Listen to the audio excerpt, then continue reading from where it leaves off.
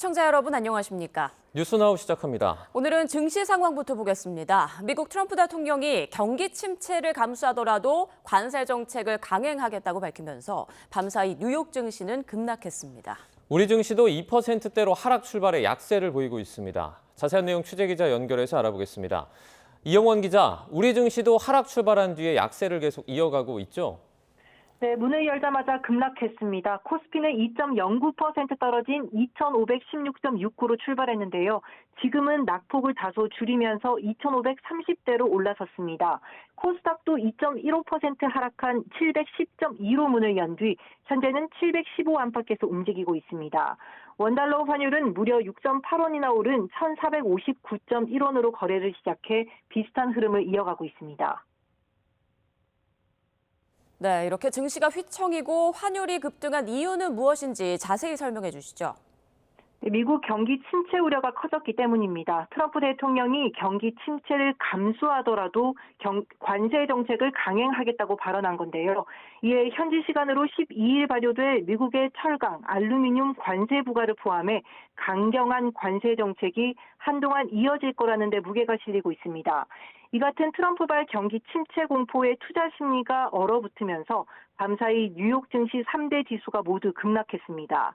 특히 기술주 중심의 나스닥은 4%나 폭락하면서 2년 반 만에 최대 낙폭을 기록했는데요. 이 여파가 우리 시장을 덮쳤습니다. 위험자산 회피 심리가 커지면서 우리 증시와 원화값이 내린 것으로 볼 수 있습니다. 지금까지 한국거래소에서 YTN 이영훈입니다. 미국 경기 침체 우려는 뉴욕 증시만 강타한 게 아닙니다. 한때 낙관론에 부풀었던 비트코인도 어느새 트럼프 취임 이후 최저점을 기록했습니다. 워싱턴에서 권준기 특파원입니다.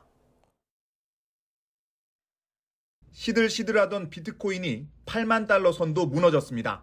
트럼프 대통령 취임 당일 10만 9천 달러로 사상 최고치를 찍었던 것과 비교하면 30% 가까이 떨어졌습니다. 시가총액 2위인 이더리움을 비롯해 도지코인, 트럼프 밈코인 등도 줄줄이 하락했습니다. 지난주 트럼프 대통령이 떠들썩하게 가상화폐 전략 비축을 발표했지만 호재로 작용하지 않은 겁니다. This will be a virtual Fort Knox for digital gold to be housed within the United States Treasury. That's a big thing. 무엇보다 범죄로 압수한 가상화폐만 비축하고 세금으로 새로 구매하진 않을 거란 발표가 투자자들을 실망시켰습니다. I think it's important to say that this reserve does not cost taxpayers a dime. We already own this Bitcoin. 시장에서는 트럼프 대통령의 코인 정책보다 거시경제 상황이 가상화폐 시장에 더 큰 영향을 미치고 있다는 분석이 나오고 있습니다. 오락가락 관세 정책에 경기 침체 우려까지 겹치면서 코인 부양책이 귀에 들어오지 않는 상황이라는 겁니다. 미국 경제매체 포브스는 가상화폐는 시장이 불확실하면 위험 자산으로 간주된다며 결국 트럼프 경제정책의 성패가 코인 시장 운명과 직결될 가능성이 크다고 전망했습니다. 워싱턴에서 YTN 권준규입니다. 이런 가운데 트럼프 대통령이 예고한 철강 알루미늄 25% 관세 시한이 이제 하루 앞으로 다가왔습니다. 가격 경쟁력 저하로 인한 수익 악화 우려 목소리가 커지는 가운데 기회 요인도 있다는 조심스러운 전망이 나오고 있는데요. 취재기자 연결해서 자세한 상황 알아보겠습니다. 황혜경 기자, 관세 부과를 앞둔 철강 업계의 분위기는 어떻습니까? 네, 한마디로 긴장 속 상황 예의주시라고 보시면 될 것 같습니다. 미국 시간으로 12일, 그러니까 우리 시간으로 내일 낮부터 미국으로 수출하는 철강과 알루미늄 제품에 25% 관세가 부과되는데요. 지금까지는 관세가 없는 대신 대미 수출량을 연 263만 톤으로 제한하는 쿼터제를 적용받았다면 앞으로는 물량 제한은 없이 모든 철강 알루미늄 제품에 25% 관세가 더해집니다. 때문에 K철강의 경쟁력이 본격적인 시험대에 올랐다는 분석이 나오고 있습니다. 철강 알루미늄 업계는 관세가 예고된 한 달여 전부터 내부적으로 전략 수정과 대응책 마련에 고심해 왔는데요. 미국산 철강에 비해 가격 경쟁력이 확 떨어지는 만큼 고부가 가치 상품에 주력한다든지 기술 개발에 더 투자한다든지 여러 시나리오를 펼쳐놓고 닥쳐올 파고를 뛰어넘을 방안을 모색하고 있습니다. 네, 전반적으로 위기긴 하지만 기회 요인도 없지 않다. 이런 분석도 나오고 있다고요. 네, 앞서 말씀드린 것처럼 일단 쿼터제에서는 해방된 점이 기회 요인으로 꼽히고 있습니다. 지금까지는 미국 내 수요가 있어도 물량 제한 때문에 팔지 못하는 제품도 있었는데 이제는 가격 경쟁력만 갖춘다면 얼마든지 팔 수 있게 된 겁니다. 특히 이번 25% 관세 조치는 그동안 쿼터도 없이 무관세 혜택을 받았던 캐나다와 멕시코, 브라질에도 동일하게 적용되는데요. 대미 철강 수출 1, 2, 3위국과 동등한 입장이 됐기 때문에 4위인 우리나라가 비교 우위를 확보할 수 있는 분야도 있을 거란 분석입니다. 또 최근 트럼프 대통령이 역점 추진하고 있는 알래스카 천연가스 프로젝트도 향후 고강도 철강 수요 증대에 긍정적 영향을 미칠 것으로 전망되는데요. 포스코와 현대제철 등 우리 철강 업체들이 LNG 플랜트용 특수강 공급 역량을 갖추고 있기 때문에 만약 알래스카 프로젝트가 실현된다면 시장이 큰 폭으로 확대될 거라 기대되고 있습니다. 다만 위기 요인도 큰데요. 상대적으로 가격이 저렴한 동남아의 철강 제품이라든지 US 스틸 인수를 추진했던 일본 제철 등 다른 나라 철강 업체와 무한 경쟁에 놓이게 된다는 점입니다. 품질이나 가격 면에서 비교 우위가 없다면 미국 시장에서 도태될 수 있기 때문에 대응책 마련에 고심하고 있습니다. 네, 우리 정부의 대응은 나온 게 있습니까? 네, 정부는 미국의 철강 관세 예고 이후 정인교 산업통상자원부 통상교섭본부장 주재로 철강산업 관계자들과 간담회를 여는 등 그간 업계와 수시로 소통하며 대응 논의를 이어왔습니다.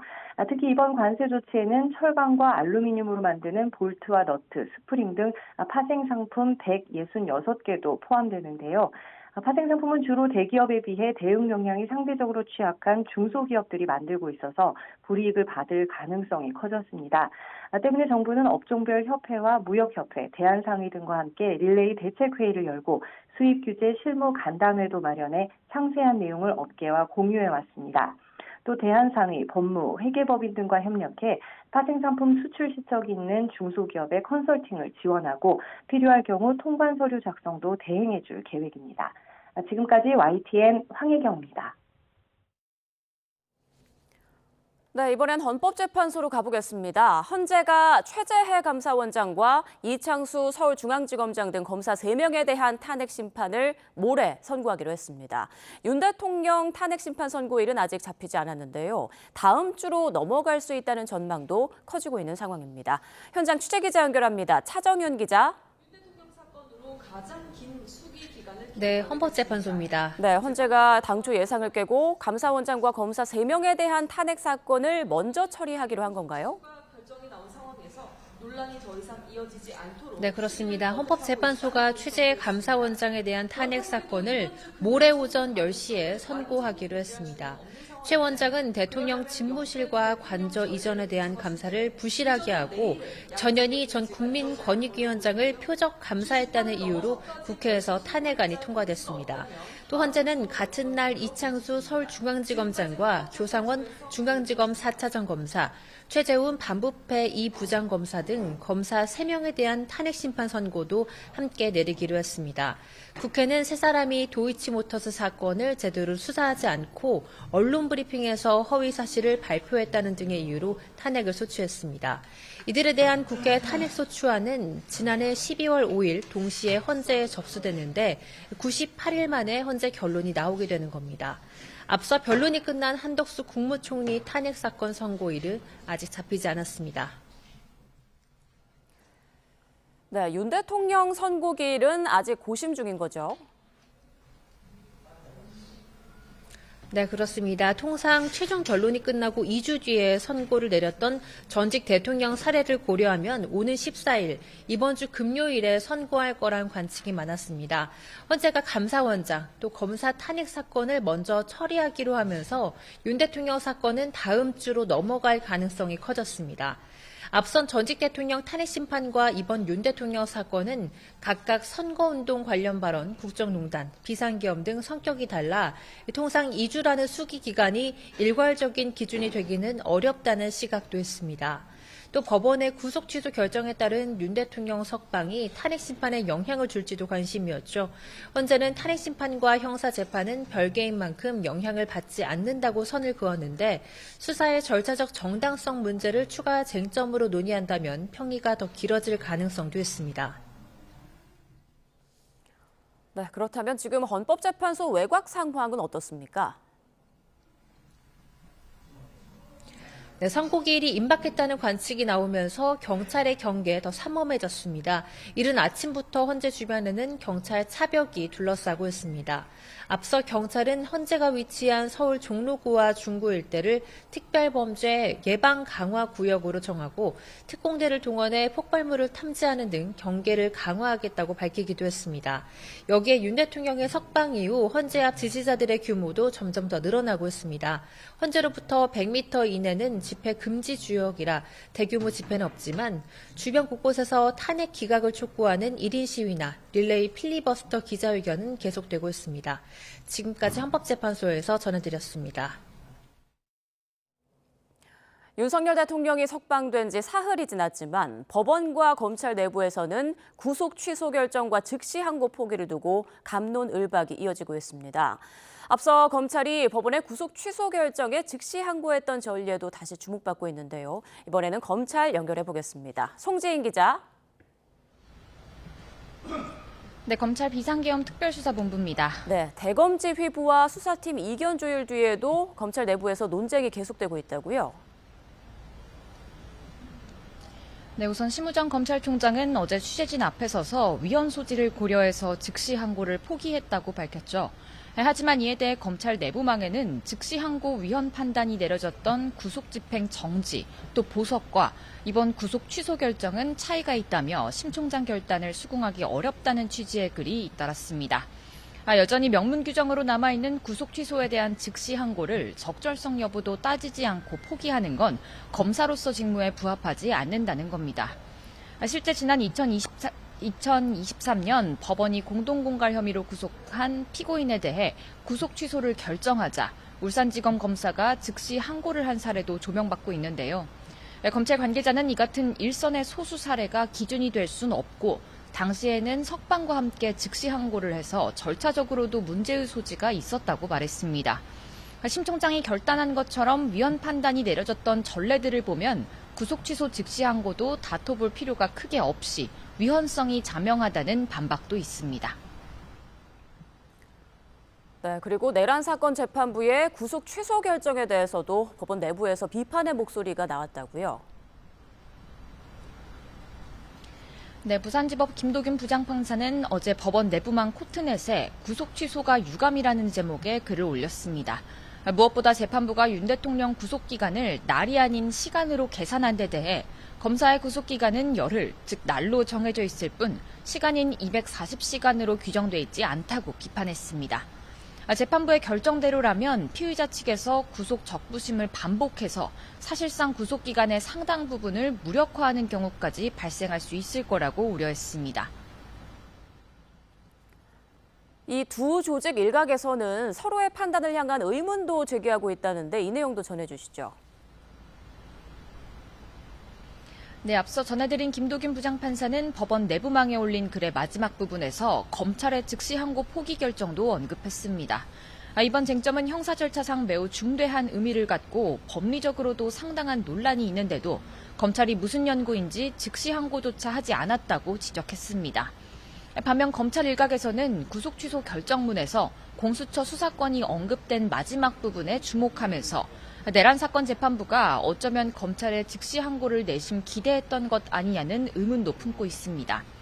매끄럽지만은 않았던 절차적 문제에 대해 상급 법원들의 판단을 먼저 받아낸 뒤 1심 재판부는 혐의에 대한 실체적 판단에 집중하려 했던 의도가 아니겠냐는 의견도 일부 있습니다.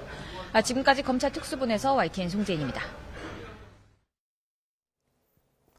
윤석열 대통령이 구치소에서 석방이 된 지 나흘째인데요. 지금까지는 공개 활동 없이 관저에 머물고 있습니다. 경찰이 관저 일대 경비를 강화한 가운데 오늘도 일부 지지자들이 산발적으로 집회를 이어가고 있습니다. 현장에 취재기자 나가 있습니다. 배민혁 기자. 네, 서울 한남동 대통령 관저 앞에 나와 있습니다. 네, 지금 관저 앞의 상황은 어떻습니까? 네, 지난 8일 윤석열 대통령이 구치소에서 석방된 지 나흘째입니다. 지금까지는 별다른 공개 일정 없이 지내고 있는데요. 당분간 외부 활동을 자제할 것으로 알려진 만큼 관저 인근 역시 비교적 조용한 분위기 이어지고 있습니다. 경호처 역시 윤 대통령과 함께 관저에 머무는 것으로 보이는데 경호처 차량이 줄지어 이동하는 등 별다른 움직임은 포착되지 않습니다. 다만 조만간 있을 탄핵 심판 선고나 형사재판에 대비하기 위해 변호인단이 관저를 찾을 가능성은 있어 보입니다.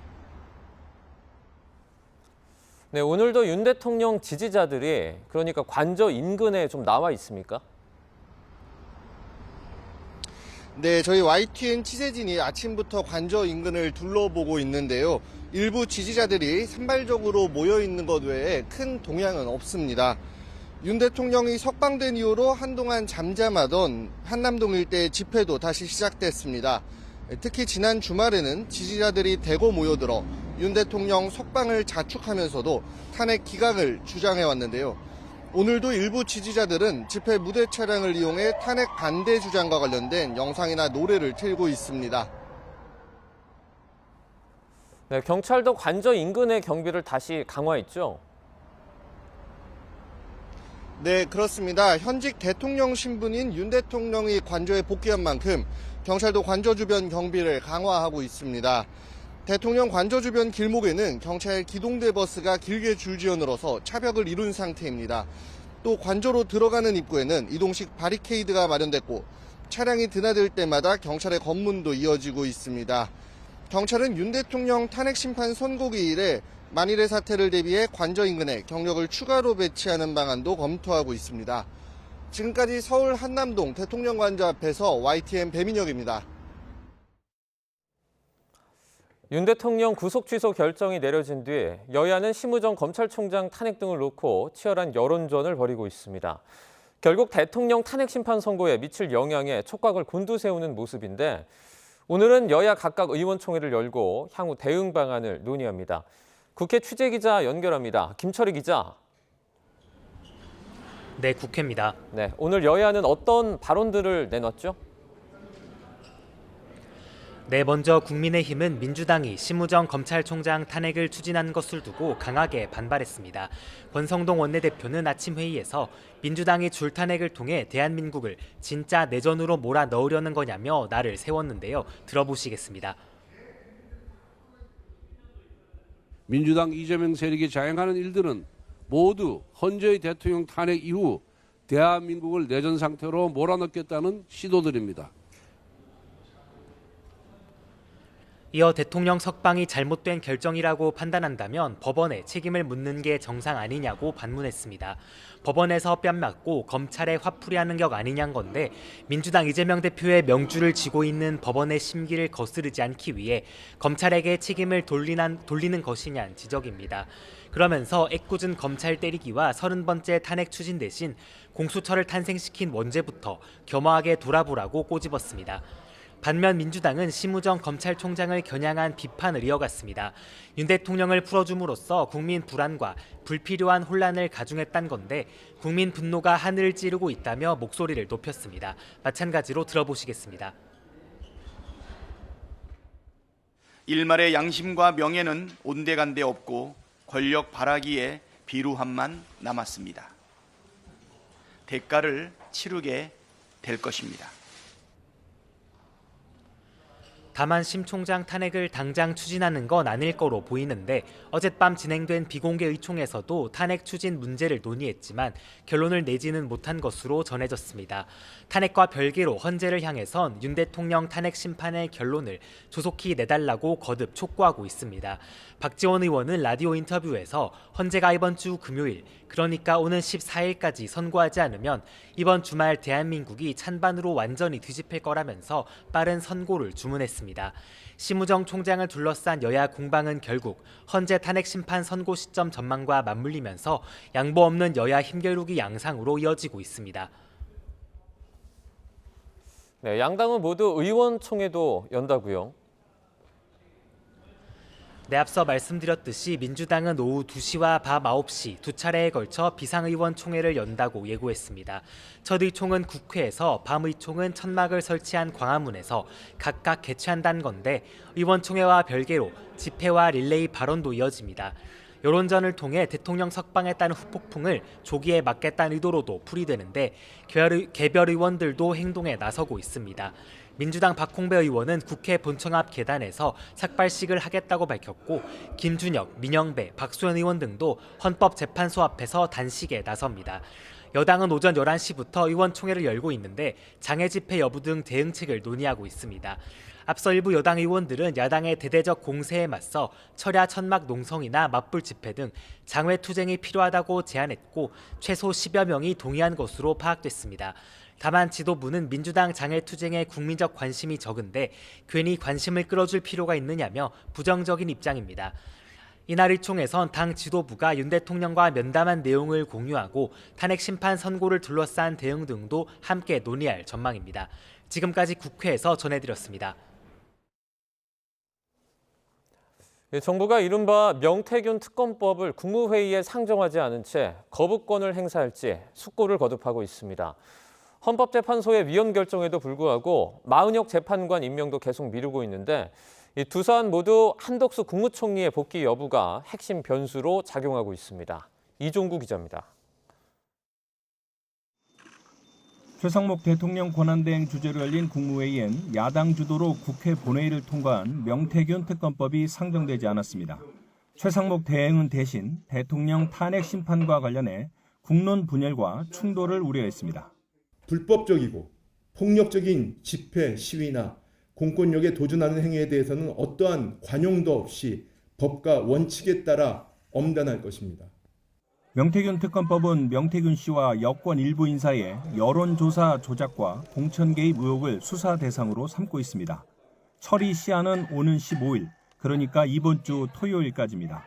이에 따라 정부는 처리 시한에 맞춰 임시 국무회의를 열어 특검법을 수용하거나 거부권을 행사해야 합니다. 야당은 명태균 특검법 처리가 최상목 대행에겐 마지막 기회라며 탄핵 소추 가능성까지 언급하며 압박했습니다. 명태균 특검법 공포로 불법은 누구든 엄단한다는 원칙을 밝히십시오. 마지막 기회를 놓치지 마시기를 바랍니다. 최상목 권한대행은 마은혁 헌법재판관의 임명도 미룬 채 국무위원 간담회 등을 통해 다양한 의견을 듣고 있습니다.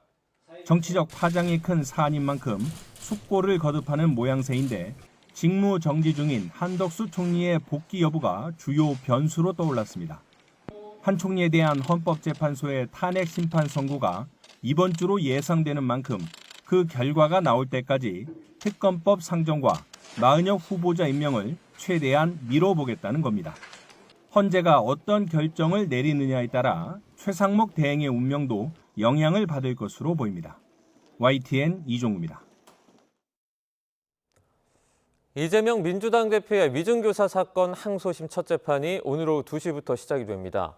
지난해 11월 1심 무죄 판단이 나온 이후에 4개월 만인데요. 자세한 내용 취재기자 연결해서 알아보겠습니다. 김다영 기자, 이 대표도 오늘 출석을 합니까? 서울고등법원은 오늘 오후 2시 이재명 민주당 대표의 위증교사 사건 첫 공판 준비기일을 진행하는데요. 준비기일에는 피고인 출석 의무가 없는 만큼 이 대표는 오늘 재판에 출석하지 않을 예정입니다. 다만 이 대표는 위증교사 재판에 앞서 오전 10시 반부터 열리는 대장동 재판을 위해 법원을 찾았는데요. 위증교사 사건 첫 준비기일을 앞두고 입장을 묻는 취재진에게 아무 대답 없이 법정으로 향했습니다. 네, 이 대표의 위증교사 사건 다시 한번 정리를 해주시죠.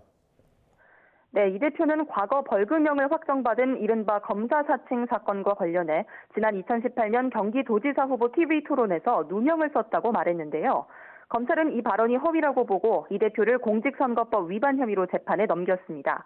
선거법 재판에서 이 대표는 핵심 증인인 김진성 씨에게 직접 전화를 해서 증언을 요청했는데 검찰은 이때 이 대표가 위증을 종용했다고 보고 다시 한번 재판에 넘겼습니다.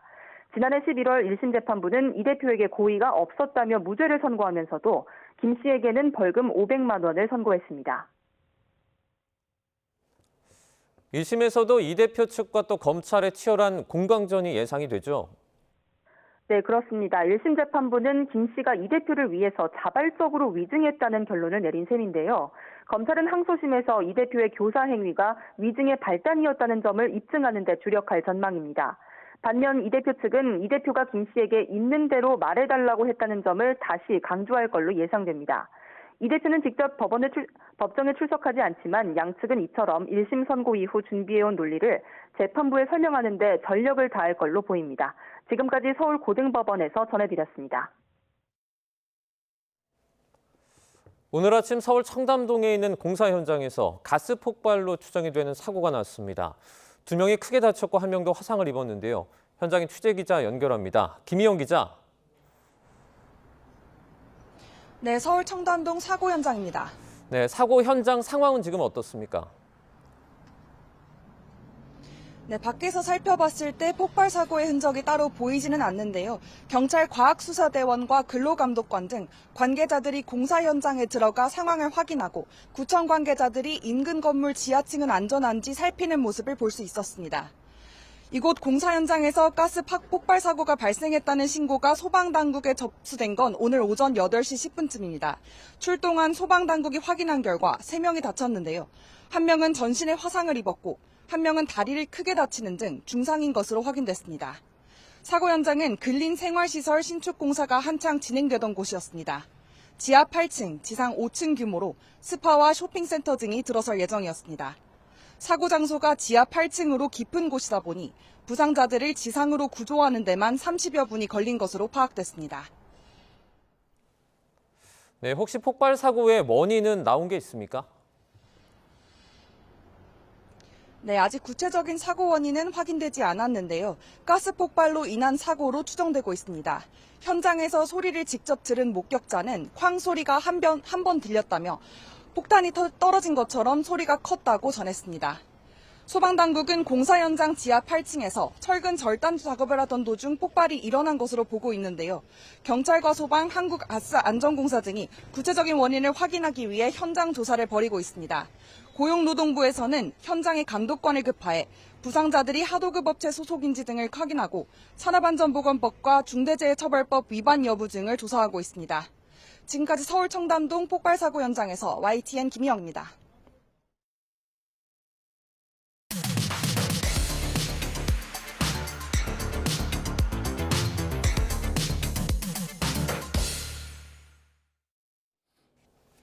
각이 살아있는 정치평론 시사정각 시작합니다. 오늘도 각에서는 두 분 모셨습니다. 장해찬 전 국민의힘 최고위원, 김상일 시사평론가와 함께합니다. 안녕하십니까? 안녕하세요. 네, 윤 대통령 구속 취소 이후 민주당은 비상체제에 돌입했습니다. 매일 저녁에 거리로 나가서 여론전에 총력을 다하겠다는 계획이고요.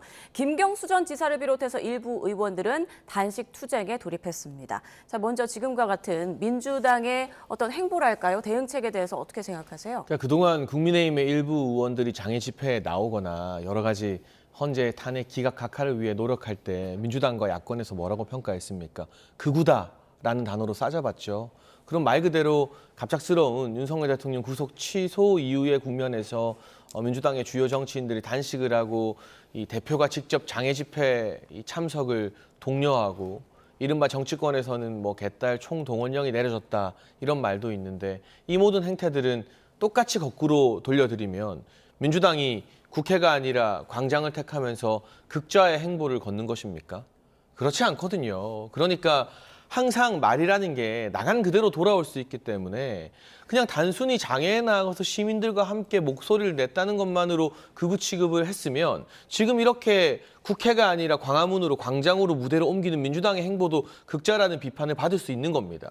그러나 저는 둘 다 극우 국자가 아니라 어떤 폭력적인 선동이나 물리적인 위협이 가해지지 않는다면 국회에서도 정치를 할 수 있지만 광장에서도 시민들과 함께 의사표현을 할 수 있다고 생각을 하고요. 다만 이 국면에서 뭐 특정 정치인의 단식이 지나치게 길어지거나 또는 장애 집회, 우리가 주말에 집회 결사의 자유를 존중해야 되지만 그게 보수 집회든 뭐 진보 집회든 간에 시민들과 공권력에게 지나치게 많은 피해를 주지 않는 선에서 잘 유지가 될 필요가 있다. 이런 부분이 유념해 둬야 될 것 같고 이제 대통령 탄핵 기각을 원하는 탄핵 반대 집회가 막 이 성황일 때도 똑같은 분석을 저희가 YTN 이 자리에서 많이 말씀드렸는데요. 사람들을 모으고 목소리를 내고 의견을 내는 것은 존중받아야 됩니다. 다만 집회라는 게 특성상 사람이 많이 모이고 열기가 고조되다 보면 참가자들이나 연사들의 과격 발언이나 이런 것들이 또 언론에 포착될 수 있거든요. 그렇게 되면 민주당 역시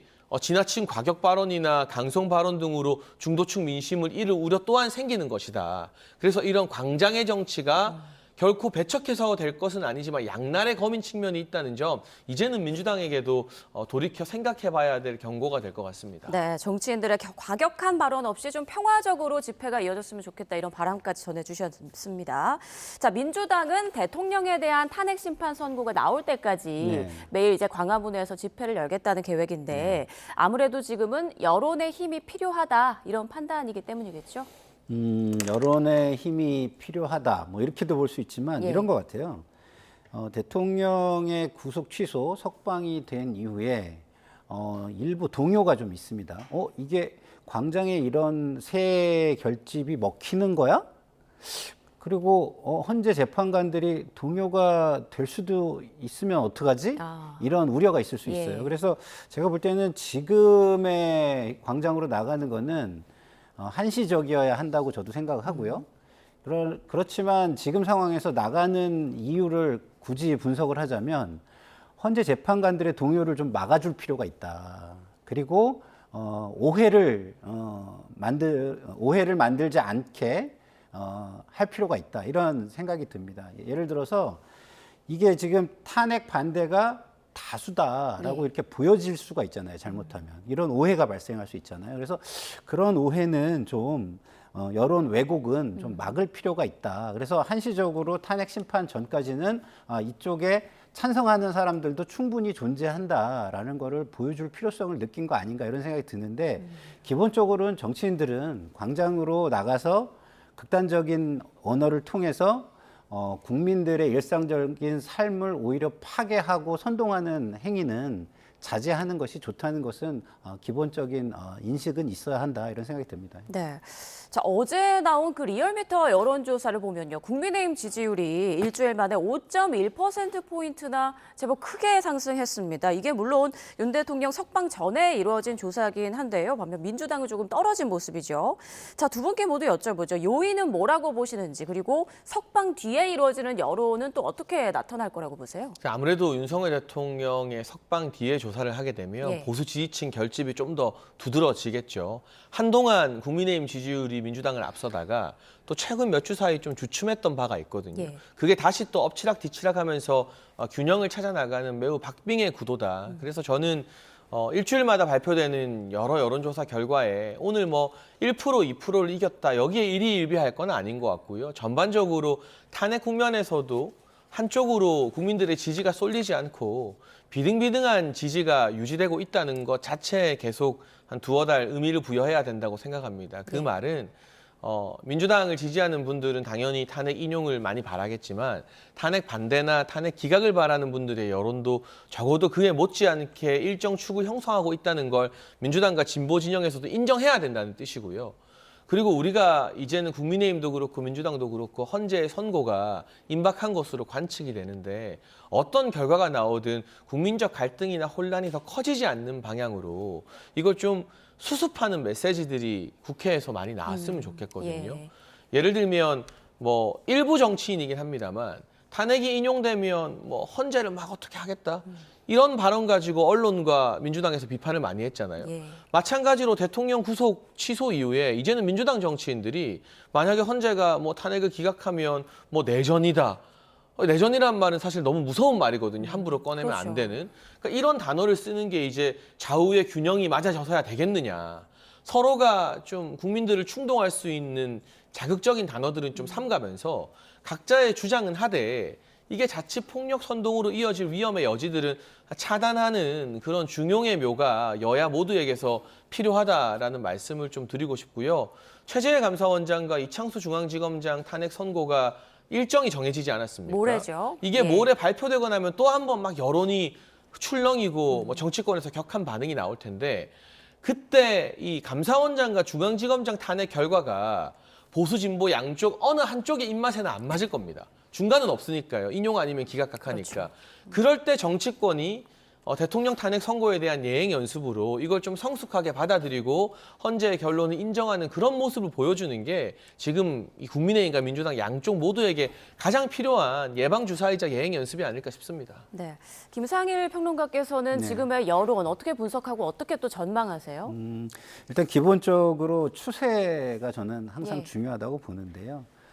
이제 양 당의 이제 분위기와 추세를 보면 지난 한 주의 모습은 이재명 대표의 통합 행보가 다소 진정성이 없어 보이고 그런 행보가 좀 부각되는 한 주가 아니었나 이런 생각이 듭니다. 그런 측면에서 민주당이 좀 부각이 되면서 민주당의 행보가 마치 벌써 약간 집권을 한 듯 착각한 거 아니냐라는 비판적인 인식이 중도층을 중심으로 형성이 됐을 가능성이 있다고 저는 봅니다. 그 이유는 지금 정당 지지도는 민주당이 떨어졌지만 탄핵에 대한 지지도는 오히려 탄핵을 인용해야 된다는 지지율이 올라갔어요. 이 같은 조사에서. 그러면 탄핵을 인용해야 된다는 지지가 올라갔는데 민주당이 떨어진다는 건 좀 말이 안 되는 거 아닙니까? 상호 좀 모순적인 결과거든요.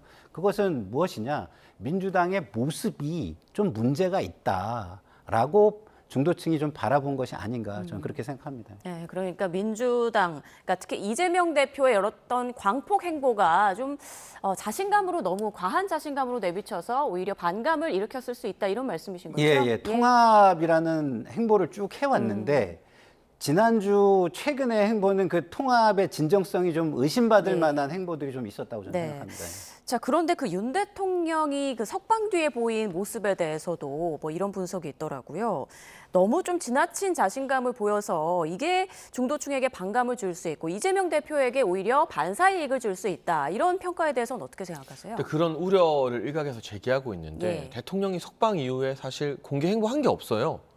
그냥 나올 때 차에서 내려서 걸어서 거기 앞을 가득 메우고 있는 국민들께 고개 숙여서 인사를 한 거고요. 예. 뭐 주먹 불끈이라고 하는데 뭐 주먹을 위로 치켜 올리거나 휘두르거나 선거 때처럼 그런 건 또 전혀 아니에요. 그러니까 국민들께 저는 90도로 인사하는 모습이 가장 인상적이었고 뭐 일부 정치인들과의 통화나 만남이 있었지만 그게 아마 그 정치인들이 지금 국민의힘 내부에서는 대통령과 만나고 싶어하고 대통령과 통화하고 싶어하지 오히려 대통령실은 국회의원들 예방도 당분간 안 받겠다. 최대한 절제된 메시지를 내겠다. 또 이번에 이 구속 취소로 인해서 변론 재개를 요청하자는 일각의 여론도 있었는데 헌재 심판에 더 이상 변수를 주지 않겠다. 우리가 의견선 내더라도 변론 재개 요청도 안 하겠다는 등 상당히 낮은 자세, 로우 톤을 유지하기 위해서 오히려 신경 쓰고 있는 모습이거든요. 여론이나 여러 일각에서 제기하는 일부의 우려들을 대통령과 대통령실이 먼저 알고 저는 충분히 삼가고 있다고 생각을 합니다. 그런 차원에서 뭐 앞으로 어떤 공개 행보 등이나 정치적 메시지가 있을지는 모르겠습니다만 적어도 지금까지 주말 사이에 언론 보도로 나온 대통령실의 기조, 대통령 측근들의 발언 등을 돌아보면 꼭 필요한 몇몇 순간에서의 대국민 메시지가 아니고서야 정치적 메시지나 정치적인 행보 자체가 탄핵심판 선고 이전에는 계속해서 좀 자제되는 방향으로 나아가지 않을까 싶습니다. 네, 평론가님 의견도 들어볼게요. 윤 대통령의 그 석방 당시의 모습 그리고 나온 입장들 좀 어떻게 보고 들으셨습니까? 뭐 같은 진영에서 보면 뭐 그게 이렇게 크게 자극적이지 않았다 이렇게 볼 수도 있겠죠. 그렇지만 중도층에서 보면 대통령이 석방된 것 자체가 상당한 충격이었고요. 그 충격을 좀 완화해주는 메시지나 행보가 나왔어야 된다고 저는 생각을 합니다. 그건 무엇이냐? 중도층이 그동안 고생한 대통령의 비상계엄 결정 이후에 경제나 모든 삶에 있어서 어려움을 겪고 있는 부분에 대해서 대통령이 반성하는 모습, 그리고 국민에게 죄송해하는 모습, 이걸 보였어야 된다고 생각하는데 지지층을 향해서만 인사를 하고 주먹을 쥐면서 의지를 다지는 듯하고 또 절제한다고 말씀만 하셨지만 사실상 관저에 들어가서 당의 운영을 좌지우지하려고 하는 듯한 지도부와의 만남이라든가 통화라든가 이런 모습을 보여주는 것은 사실은 중도층에게는 상당한 반감을 줄 수 있다 이렇게 생각하는데요. 그 이유는 지난 총선의 민의 때문입니다. 지난 총선의 민의가 뭐였습니까? 지금 현 정권의 모습이 문제가 있다고 생각을 하고 그 문제가 훨씬 당면 문제라고 생각을 하고 야당의 문제는 추후에 해결해도 된다라는 게 총선의 민의였어요. 근데 지금 현 정권의 문제와 여권의 문제가 해결되지 않는다면 제가 볼 때는 이것은 야당 심판으로는 절대 챕터가 페이지가 넘어갈 수 없는 것이다라고 중도층은 인식할 것으로 저는 생각합니다. 네. 자, 이번 그 법원의 구속 취소 결정에 검찰이 즉시 항고를 하지 않은 것에 대해서 민주당은 검찰을 향해 거센 비판을 쏟아내고 있는 그런 상황인데, 자, 평론가님께 계속해서 질문 드릴게요. 네. 이런 상황을 국민의힘에선 왜 판사는 탄핵 얘기 안 하느냐. 네. 이재명 대표가 이제 공직선거법 2심 앞두고 있어서 판사, 법원 눈치 보는 거 아니냐 또 이렇게 지적하고 있더라고요. 뭐 눈치를 보는 것도 있을 수는 있겠죠. 그렇지만 기본적으로 잘한 것에 대해서 비판하는 것은 잘못된 것입니다. 사법부는 우리 국가의 사회 갈등이나 아니면 이견에 대한 최종 심판자이자 결정자입니다. 그것에 대해서 뭐라고 하는 것이 맞습니까? 맞지 않잖아요. 그건 할 수도 없는 것이고요. 또 전략적으로 좀 생각을 해봐도 본인의 사법 리스크보다는 상대방이 예를 들어서 대통령 탄핵 결과가 나왔을 때 그것을 받아들이지 못하고 저항하는 모습, 이때 할 말이 없을 수가 있잖아요. 법원에 대해서 뭐라고 하면. 그런 부분이 종합적으로 고려된 것이다라고 저는 생각을 합니다. 네, 어제 그 심우정 검찰총장이 출근길에 위헌 소지 때문에 즉시 항고하지 않았다 이렇게 말을 했는데요. 보도를 보니까 뭐 2년 전에 그 법원의 구속 취소 결정에 검찰이 즉시 항고를 했던 사례가 있었고 인용된 적도 있더라고요. 이 부분 어떻게 생각하세요? 한 명은 인용, 한 명은 기각인데요. 네, 아무래도 이 대한민국의 판례라는 것이 좀 사회적 관심을 받는 굵직한 사건을 통해 확립되는 경향이 있습니다. 그리고 하급심에서 판단이 달라도 대법원 판례로 이게 하나로 통할되는 경우들을 우리가 왕왕 보잖아요. 네. 사실 2023년에 이런 즉시 항고가 있었다는 건 법 쪽에 아주 관심이 많은 소수의 분들 외에는 국민들 다수가 인지하기는 어려운 문제였죠. 근데 대통령 사건은 전 국민이 관심을 가지고 지켜볼 수밖에 없기 때문에 검찰이나 지휘부인 대검에서도 이게 혹여나 기각될지 또는 위헌 판결을 받을지 두 번, 세 번 검토할 수밖에 없는 것이고 구속 집행정지가 이미 위헌 심판을 받았기 때문에 그와 같은 취지인 구속 취소도 이게 만약 헌재에 가서 권한쟁의나 위헌 심판이 따르게 된다면 위헌이 나올 확률이 거의 100%라는 게 대검 내부의 판단이었던 것 같아요. 그러면 이번 대통령 사건을 통해서 구속에 대해서만큼은 법원의 판단이 더 귀속력이 있다는 하나의 판례가 굳어지게 된 것이거든요. 저는 이 부분을 가지고 뭐 과거에는 왜 이랬냐 저랬냐 우리 국민적 관심이 상대적으로 주어지지 않았던 사건 사례를 끌고 와서 이야기하기는 좀 무리가 있다고 보고요. 어쨌거나 검찰이 자의적으로 판단한 것은 전혀 아닙니다. 검찰은 애초에 검사장 회의 이후 구속영장 청구를 했기 때문에 보수 진영으로부터는 심우정 검찰총장도 참 많은 비판을 받았습니다. 대통령이 임명해 준 게 불과 얼마 전인데 어떻게 직접 구속영장 청구를 지휘할 수 있느냐. 검찰이 그 단계에서 공수처 수사의 불법성을 밝혀야 했던 것 아니냐라는 보수 진영의 비판이 심우정 총장과 검찰을 향해서도 가고 있는 상황이라는 점을 감안해 보면 이 부분은 검찰이 움직이었던 공간이 있었다기보다는 중앙지법의 판결에 그만큼 귀속력이 큰 것으로 이해하는 게 맞아 보입니다. 네. 자, 그럼 민주당은 본격적으로 심우정 총장에 대한 탄핵 카드를 만지작거리는 걸까요? 관련 내용 듣고 오시죠. 만약에 이재명 대표가 이 사안의 주인공이었다. 검찰이 어떻게 했겠습니까? 할 수 있는 모든 수단과 방법을 쓰라도 구금을 하려고 애를 썼을 겁니다. 검찰총장이 이 내란숙의 범죄자를 법의 탈을 쓰고 탈옥을 시켰다. 이렇게 저희들은 보고 있습니다. 검찰총장이 오히려 탄핵을 하지 않는 것이 저희들이 역풍을 맞을 우려가 있다. 이런 생각마저 들 정도입니다. 그리고 뭐 계속 왜 총장 탄핵하지 않느냐 이런 문자들이 민주당 의원들에게 쇄도하고 있습니다. 탄핵 전문당이기 때문에 뭐 굳이 그거에 대해서 놀랄 것도 없지만 그거에 대한 국민의 심판은 엄혹하다는 걸 알고 있기 때문에 뭐 정부적으로 판단을 하고 있다 이렇게 얘기하는 것 같은데 저는 하고 싶으면 하라고 하고 싶습니다. 만약 민주당이 또 탄핵에 나선다면 30번째 탄핵 아닌가요? 뭐 맞습니다. 역풍 우려가 있을 것도 같은데 뭐 전현희 의원은 탄핵하지 않으면 역풍을 맞을 것이다. 뭐 이렇게 말하더라고요. 탄핵하지 않으면 역풍은 지지층, 강성 지지층에게 맞겠죠. 그렇지만 강성 지지층은 결국 상대보다는 우리 편 쪽으로 팔이 안쪽으로 굽을 수밖에 없다라고 저는 생각을 해요. 그러면은 지금 우리가 생각해야 되는 거는 중도 게임인데 중도층은 어떻게 생각할지 저렇게 과격한 표현을 쓰면 지지층 감정은 시원하게 해줄 수 있지만 중도층으로부터는 과하다, 좀 과하다는 어떤 피로감을 줄 수가 있다라는 것을 생각해야 된다고 저는 봅니다. 그러니까 권력이라는 것은요, 국민으로부터 자의적으로 쓴다라는 느낌을 주면 안 돼요. 최대한 절제됐다. 그리고 우리의 눈치를 보면서 쓰고 있다라는 의식을 심어줘야 되는데 그런 부분을 민주당은 다시 한번 생각할 필요가 있다고 생각하고요. 예. 그렇지만 심우정 총장을 탄핵은 아니더라도 비판을 안 할 수는 없습니다. 좀 전에 우리 장혜찬 평론가님께서 뭐 구속 집행 정지와 보석과 구속 취소가 같은 취지라고 말씀하셨는데 전혀 그렇지 않습니다. 집행 정지는요, 그것을 만약에 막으면 사실상 그 취지가 완전히 왜곡되는 거예요. 왜냐하면 구속 상태에서 잠깐 풀어주는 거거든요. 그렇기 때문에 구속이 취소된 것을 만약에 인정해주면 다시 영장을 청구해서 받아야 되는 거기 때문에 취지 자체가 전혀 다르고 그리고 헌법재판소의 판례에도 이미 그게 나와 있습니다.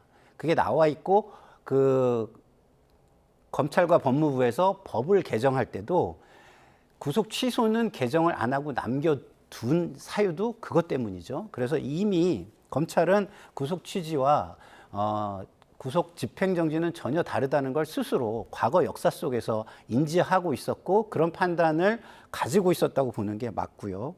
그리고 판례를 말씀하셨는데 판례라는 건 대법원에서 형성이 돼야 되는, 만들어져야 되는 법리 중에 하나입니다. 그러면 하급심이 구속영장, 체포영장에서 내린 판단과 지금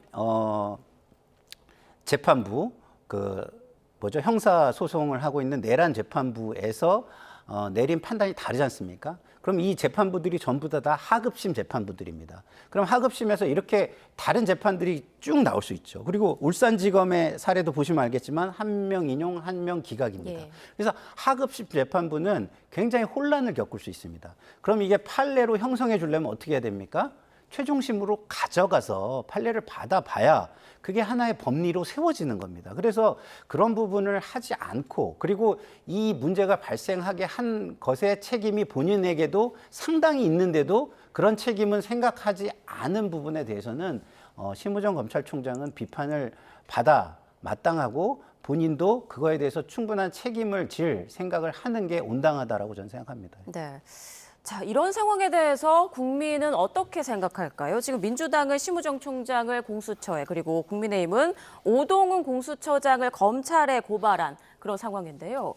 이 부분에 대해서 두 분 모두 의견 좀 들어볼게요. 근데 고발은 사실 정치적인 행위이고 예. 이게 실제 사법 절차로 이어지는가 마는가는 수사기관의 판단에 달려있기 때문에 국민들께서 뭐 고발을 했다고 해서 그 당에 대해 크게 부정적으로 생각하거나 그러진 않을 것 같아요. 다만 탄핵은 고발과 달리 국회에서 150석 이상이 있으면 바로 직무정지에 빠뜨릴 수 있기 때문에 네. 이 부분에 대해서는 수사기관을 거치지 않고 국회 내 특정 정당의 자의적 판단으로 어느 정도는 결과에 영향을 끼쳐버리거든요. 그러니까 국민들의 반감이나 국민들이 살펴보는 그 세세함의 깊이도 더 남다를 수밖에 없는데 저는 개인적으로 민주당이 현재 국면에서는 최상목 대행이나 심우정 총장에 대해서 탄핵을 이어갈 동력이 없다고 생각합니다. 민주당의 정당 지지율이 계속해서 국민의힘을 조금 오차범위 바깥에서 넉넉히 앞서는 상황이 유지된다면 한번 해보자 싶겠지만 예. 지금처럼 한 주가 다르게 엎치락 뒤치락하고 오차범위 내에서 접전이 계속 이어지고 있는 국면에서는 대통령 권한대행과 검찰총장 탄핵 잘못했다가 이거 역풍 불면 민주당 입장에서는 감당하기 힘들어질 수 있거든요. 또 목요일에 이제 감사원장과 중앙지검장 탄핵 선고 봐야겠지만 많은 전문가들이 감사원장과 중앙지검장은 탄핵 기각될 걸로 보고 있어요. 그러면 그동안의 민주당의 릴레이 탄핵이 대통령의 계엄으로 인한 탄핵과는 별개로 민주당도 잘한 거 없다, 잘못했다라는 철퇴가 내려지게 될 가능성이 대단히 크거든요. 그 국면에서 어떻게 추가 탄핵을 이어가겠습니까? 그래서 지금 탄핵 이야기하는 게 일종의 지지층 무마용과 엄포용이지 이게 실질적인 행동으로 이어질 가능성은 없고요.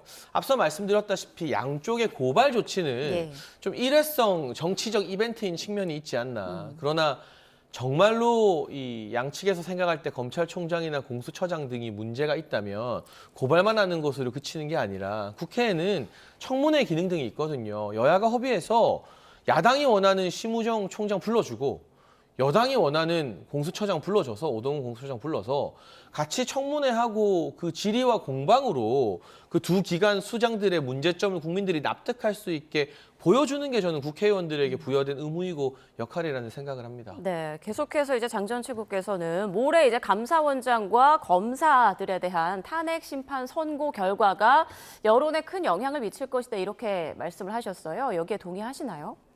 글쎄 여론이 탄핵 심판에 큰 영향을 미치기는 어려울 겁니다. 근데 재판관들도 사람이다 보니 뭐 아주 제한적이겠지만 거기에 영향을 일부 판단하는데 신중함이 좀 더 더해진다거나 이런 영향이 있을 수는 있으나 기본적으로 법관은요 법리에 의해서 해석하는 훈련을 오랜 동안 받은 분들이고요. 그리고 이분들은 또 굉장히 거의 평생을 그런 훈련을 받으면서 하면서 자기의 어떤 인생의 대부분을 보내오신 분들이거든요. 그렇기 때문에 기본적으로는 법과 헌법을 중심으로 판단을 할 것이기 때문에 뭐 전혀 영향을 안 받진 않겠지만 아주 제한적일 것이다. 네, 저는 이렇게 여론에는 생각합니다. 영향을 미칠 거라고 보세요? 여론의 영향을 뭐 탄핵 심판이요? 네, 심판 결과가 결과가 올해 나오는 결과. 탄핵 심판 결과는 당연히 예. 영향을 미칩니다. 왜냐하면 기본적으로 그 이슈의 중심에 누가 쓰느냐가 결정이 되는 거거든요. 그러면은 만약에 탄핵 심판 결과가 기각이라면 대통령과 현 정권이 여론의 중심에 서게 됩니다. 그러면은 정권 심판 여론이 총선 이후로 쭉 이어져 왔는데 계속 이어질 수가 있고요. 이게 심판이 됐다, 마무리가 됐다라고 생각하면 조기 대선 국면으로 넘어가기 때문에 후보들이 어떤 후보가 나오느냐를 중심으로 여론이 형성될 수밖에 없는 상황이 됩니다. 그래서 뭐 거의 완전히 여론의 국면이 완전히 전혀 다른 방향으로 가게 만드는 사건이 될 것이다. 이렇게 말씀드릴 수 있겠습니다. 네. 자, 이제 법원의 구속 취소 결정 이후에 윤 대통령 측에서는 추가 변론기를 요청하지 않을 방침인 것으로 지금 알려져 있는데요. 또 일각에서는 마 후보자가 합류할 것을 우려한 그런 결정 아니겠느냐 이런 얘기가 나오더라고요. 아무래도 마은혁 변수가 여전히 남아있기는 하고요. 예. 최상목 대행이 임명하지 않을 것으로 봅니다만. 그리고 추가 변론을 제기하는 게 실질적으로 큰 의미가 있을까? 이를테면 제가 보수 진영이나 국민의힘 국회의원들과 이야기해보면 예. 문영배, 이미선 이런 진보 성향 재판관들의 판단이 변할 거라는 기대 자체가 없어요. 그러니까 관건은 이준숙 방통위원장 탄핵을 기각시킨 4명의 중도 보수 성향 재판관들이 어떤 판단을 내릴 것인가로 보고 있기 때문에 지금 대통령 구속 취소 판결문이 나오지 않았습니까? 예. 그리고 허영 교수님을 비롯한 여러 원로 헌법학자들의 의견 이런 것들은 충분히 추가 자료로 헌재에 제출이 되고 있거든요. 그러니까 그것만 보면 굳이 추가 변론을 열지 않아도 4명의 중도 보수 성향 재판관들을 설득할 수 있다라고 보는 것 같고 보수 진영에서 봤을 때는 문영배 재판관이나 이미선 재판관 등은 어떤 뭐 이유가 나오든 또 다른 증거가 나오든 사유가 발생하든 그냥 이재명 대표와 민주당에 부합하는 쪽으로 이미 심증을 굳히고 있는 건 아닌가라고 보기 때문에 변론 재개의 실익이 그렇게 크지 않다라는 전략적 판단을 내린 것 아닌가 싶습니다. 네, 자 윤석열 대통령이 석방되면서 얼마 남지 않은 헌재 판결에 영향을 주는 것 아니냐 이런 초미의 관심이 쏠리고 있습니다. 오늘 아침 박지원 민주당 의원은 이런 주장을 했는데요. 어떤 말 했는지 들어보시죠. 저는 14일 이번 주 금요일 날 헌법재판소에서 선고하리라고 생각을 하고 또 선고를 해야 된다. 이번 14일 금요일까지 선고를 하지 않으면은 이번 주말을 대한민국은 찬반으로 완전히 뒤집어지는데 이러한 혼란을 막을 수 있는 기관은 오직 헌법재판소밖에 없어요. 이번 14일 선고는 그렇게 예고하지 않고 하루 전에도 하지 않고 전격적으로 할 수 있다. 저는 그렇게 봅니다. 그래서 어떤 난동 이런 것을 그렇죠. 혼란을 방지하기 위해서. 대비해서 예. 전격적으로 예고 안 하고 할 수도 있다. 아니 그러니까 한두 시간 전에 얘기하겠죠. 예. 네, 박지원 의원, 이번 주 금요일이죠. 14일 헌재가 선고하지 않으면 대한민국이 찬반으로 뒤집어진다. 반드시 14일에 결론을 내려야 한다라고 말을 했는데 두 분 모두 좀 예상을 들어보죠. 14일 선고 결과 나올까요? 저는 안 나온다고 봐요. 그리고 오늘 이제 13일에 감사원장 등 탄핵 선고 있다는 발표를 하면서 헌재 공보관이 기자분들 만나서 백브리핑이라고 하잖아요. 질의응답 받은 거 보면 13일에 4건의 탄핵 선고가 있기 때문에 13, 14일에는 추가 선고가 없을 것 같다라는 식으로 백브를 했다고 합니다. 보통 헌재 공보관의 백브리면 그래도 내부 분위기를 알고 말하는 거니까 뭐 재판관들이 갑작스럽게 박지원 의원 예측처럼 14일 오전에 우리 이거 오후에 하자라고 하지 않는 이상 이번 주는 넘기기 쉽고 구속 취소 판결문이나 헌법학자들의 의견서 등 추가 자료가 지금 계속 헌재에 접수되고 있거든요. 그런 것들을 검토할 시간도 필요한 것 같고요. 저의 개인적인 추측이고 전망입니다만 지금 결국 선입 성출의 형태로 가고 있는 것 같아요. 감사원장, 중앙지검장 목요일에 하잖아요. 그럼 다음 주 초중반에 한덕수 총리에 대한 탄핵 선고를 할 가능성이 있어 보이고 대통령에 대한 탄핵 선고는 한 총리 탄핵 선고보다 그래도 2, 3일은 뒤에 하지 않을까. 그래서 빠르면 다음 주 후반이 될 가능성. 혹여나 한 주가 더 밀릴 수도 있다라는 것까지도 조금 예상을 해야 될 것 같습니다. 그럼 장 전 최고께서는 3월 28일쯤에 나올 수도 있다라는 말씀이신가요? 그렇죠. 일단 2주 관건은 뒤에. 한덕수 총리에 대한 탄핵 선고가 대통령 탄핵 선고보다는 저는 2, 3일 먼저 앞서서 나올 것이다. 있을 것 같다. 그 선고 시점을 보고 대통령 탄핵 선고 시점을 좀 예상할 수 있지 않나 싶습니다. 자, 뭐 물론 개인 예측이긴 합니다만 3월 26일에 이제 이재명 대표 공직선거법 위반 2심 선고 결과가 나오는데 개혁신당 이준석 의원도 윤 대통령 탄핵 심판 선고보다 이재명 대표 항소심 선고가 먼저 나올 것 같다. 이렇게 오늘 말을 했더라고요. 어떻게 보세요? 글쎄요, 뭐 헌재가 본인들의 부담을 좀 덜기 위해서 그렇게 판단할 가능성도 전 있다고 생각을 해왔었는데요. 사실은 그렇게 만약에 생각을 한다면 헌재가 제가 볼 때는 본인들만 너무 생각하는 거예요. 왜냐하면 지금 국민들이 일상이 무너지고 있습니다. 경제를 중심으로 일상이 무너지고 있어요. 하루라도 빨리 이 상황을 종식시켜 주려는 책임감이 더 앞서야 된다고 저는 생각하거든요. 그렇기 때문에 만약에 우리 지금 장예찬 최고의 말이 실현이 된다면 저로서는 좀 약간 헌재 재판관들의 책임감이라는 부분에서 좀 약간 실망스러운 모습이다라는 말씀을 드릴 수밖에 없는 상황이 될 것 같습니다. 만장일치 판결과는 좀 어떨까요? 지금 좀 멀어지지 않았나 이런 얘기도 벌써 나오는데요. 근데 만장일치가 나온다고 국민들이 만장일치로 그 판결에 동의하는 것은 아니거든요. 지금의 여론 지형을 보면 비등비등하지 않습니까? 뭐 정당 지지율이든 탄핵 인용 기각에 대한 것도 약간의 편차는 있어도 이게 아주 크게 동떨어 있지가 않아요. 그럼 헌재가 결국 국민의 여론을 반영하지 않는다고 말하기는 또 힘들잖아요. 그 경우에 저는 매우 치열한 이 표결에서의 접전이 지금 평의 과정에서 계속 펼쳐지고 있는 것은 아닌가. 오히려 뭐 만장일치에 가까운 결론이라면 평의 이후에 사실 이번 주에 선고를 하지 못할 이유가 없죠.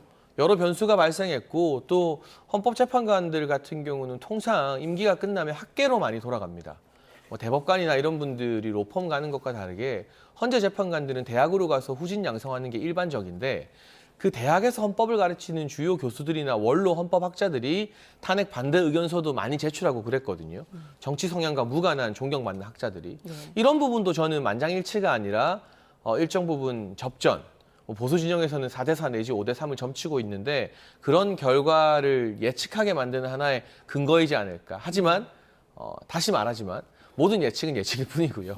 실제 결과는 뭐 물론 뚜껑을 열어봐야 알겠죠. 지금 윤 대통령은 선고 결과를 뭐 차분히 기다리겠다 뭐 이런 얘기를 했는데 지금 뭐 현재 관저에 머물고 있잖아요. 그제는 국민의힘 뭐 지도부와 한 30분 정도 차를 마셨다고 하고 친윤 의원들과 통화를 했다라는 보도도 나오는데 자 이런 가운데 유승민 의원은요 대통령의 행보에 대해서 비판적인 발언을 했습니다. 어떤 말 했는지 듣고 오시죠. 뭐 되게 관저에 가셔가지고 뭐죠? 무슨 김치찌개를 드시고 김치찌개. 강아지들하고 반갑게 인사를 하고 자기 명령 때문에 지금 많은 군인들과 경찰이 10명이 구속 기소가 돼 있는 상태입니다. 자기 부하들이. 좀 통합과 승복의 메시지 이런 게 좀 아쉬웠어요. 저 주먹 자체에서 누가 자중과 근신을 보나요? 뭐 인간적으로 대통령을 예방하고 이래 안부를 묻고 고생하셨다 그러고 그럴 수는 있겠죠. 그거는 사람들을 통해서 계속 메시지가 나오면서 그게 관저 정치라는 이름으로 국민들한테 받아들여질 정도로 하면 그럼 아니죠. 대통령이 마구 움직이면 움직일수록 보폭을 키우면 키울수록 국민의힘 보폭은 작아지는 거죠. 쪼그라드는 거죠. 그렇다고 봅니다. 네, 일단 유승민 전 의원은 윤 대통령이 관저에서 물밑적으로 정책을 조율하거나 최상목 대행에게 어떤 지시를 하진 않을까 이런 걱정을 하고 있는 것 같은데 김성애 평론가께서도 아까 관저 정치에 대해서 좀 우려의 목소리를 내셨어요. 직무가 정지돼 있는 상태잖아요. 맞습니다. 어떻다고 생각하세요? 직무 정지라는 게 법에 있는 하나의 그 제재입니다. 그것을 온전하게 지키는 모습이 대통령으로서 보여줘야 되는 모습이에요. 근데 그것을 보여주지 않으면 국민에게는 힘을 쓰려고 하는 일종의 힘 자랑으로 느껴질 수밖에 없는 거 아니겠습니까? 그렇게 되면 중도 민심은 떠날 수밖에 없죠. 그리고 그것이 아까도 말씀드렸지만 총선의 민의였습니다. 그 민의를 또 반하는 행동으로 보여지는 것이기 때문에 유승민 의원의 우려는 저는 대부분 굉장히 합당한 우려를 하고 계신다라고 생각하고요. 저만 해도 저런 부분에 대해서는 정말 우려가 많이 되거든요. 그렇기 때문에 물론 제가 모든 중도층을 대변할 수는 없겠습니다만은 거기에 시선을 그리고 눈높이를 맞춰서 평론을 하려고 노력하는 저로서는 중도층도 그 유승민 의원이 우려하는 부분에 충분히 동감할 것이다. 저는 이렇게 생각합니다. 여권 내부에서도 좀 고심이 깊지 않을까 싶어요. 윤 대통령과 어느 정도 거리를 둬야 할지, 어느 정도 가까이 가야 할지 어떻습니까? 그런데 제가 앞서도 말씀을 드렸지만 윤석열 대통령이 구속 취소되고 석방 이후에 공개 행보라던가 메시지 구속 취소된 당일 제외하면 따로 나오지 않잖아요. 그렇죠. 그리고 이미 대통령실에서 대통령이 절제된 자세로 선고를 기다릴 것이다. 정치인들의 예방이나 이런 것들 최대한 자제할 것이다 라는 입장을 냈기 때문에 우려가 있는 건 알겠는데 좀 지켜보면 안 될까? 왜냐하면 대통령 석방을 바라느라 거리에 나온 국민들도 다 대한민국 국민들이잖아요. 이제 그분들의 마음도 좀 헤아려서 만약 관저 정치나 이런 것들이 선을 넘는다면 그때 가서 여권에서 비판해도 될 것 같거든요. 야권에서야 뭘 해도 숨만 쉬어도 비판을 하겠지만 여권 내부에서도 이제 석방된 지 한 이틀 됐습니까? 근데 벌써부터 우려를 빙자해서 막 비난을 하는 게 적어도 대통령을 지지하는 보수 진영의 민심을 대변하는 것 같지는 않고요. 국민의힘 입장에서는 어쨌든 탄핵 심판은 심판이고 민생 경제와 관련된 아젠다를 발굴해서 계속 이 중심축으로 띄워 올려야죠. 사실은 상속세 개편 논쟁에서 국민의힘이 이재명 대표한테 크게 한 방 맞았거든요. 이재명 대표가 덜컥 국민의힘 받겠다 하니까 이게 갑자기 불이 붙으면서 이재명 대표가 상속세 깎아주는 것 같은 국면이 됐어요. 그럼 만회하기 위한 노력을 국민의힘이 자체적으로 해야지 그냥 대통령이 나와 있고 탄핵 심판이 다가오는 건 기정사실인데 그것 가지고 자꾸 거리를 좁히니 늘리니 고민을 하는 것 자체가 국민의힘의 자체적 대안 부재를 보여주는 건 아닌가. 여당은 여당답게 민생과 정책 행보를 하면 된다는 말씀 드리고 싶습니다. 아니 그런데 그렇게 말씀하시면 아직 벌어지지도 않은 대통령의 자제를 가지고 판단을 해달라 이런 얘기가 되잖아요. 근데 이미 벌어진 일은 어땠나요? 지금 석방되는데 거기에 비서실장이 와 있어요. 비서실장은요, 직무 정지된 대통령의 비서실장이 아닙니다. 근데 와서 있으면 이게 통치와 관련된 어쨌든 조금이라도 이야기가 나눠졌을 거라는 의구심을 갖는 건 너무 당연한 거고요. 그리고 그 이후에 어떻게 됐습니까? 자제한다고 했지만 당의 지도부와 만나고 그다음에 친윤 의원들과 통화를 해요. 이게 벌어진 일입니다. 아니 벌어진 일을 가지고 비판을 하는 것이죠. 어떻게 앞으로 자제할 겁니다라고 하는 지켜지지도 않은 그리고 앞으로 발생할 가능성만 있는 일을 가지고 행동을 하라. 그거를 판단 기준으로 삼아라. 이렇게 얘기하는 건 좀 무리가 있다고 봅니다. 그러니까 앞으로의 행보를 좀 지켜봐달라라는 말씀과 과거에 벌어진 일들을 평가해야 하지 않겠냐라는 두 분의 의견이 좀 엇갈렸는데요. 자, 앞으로 좀 어떻게 될지 계속 지켜봐야겠습니다. 지금까지 장해찬 전 국민의힘 최고위원, 김상일 시사평론가 두 분과 함께 전국 상황 살펴봤습니다. 고맙습니다. There is a period of transition because what we're doing is very big. And there are always periods of it takes a little time.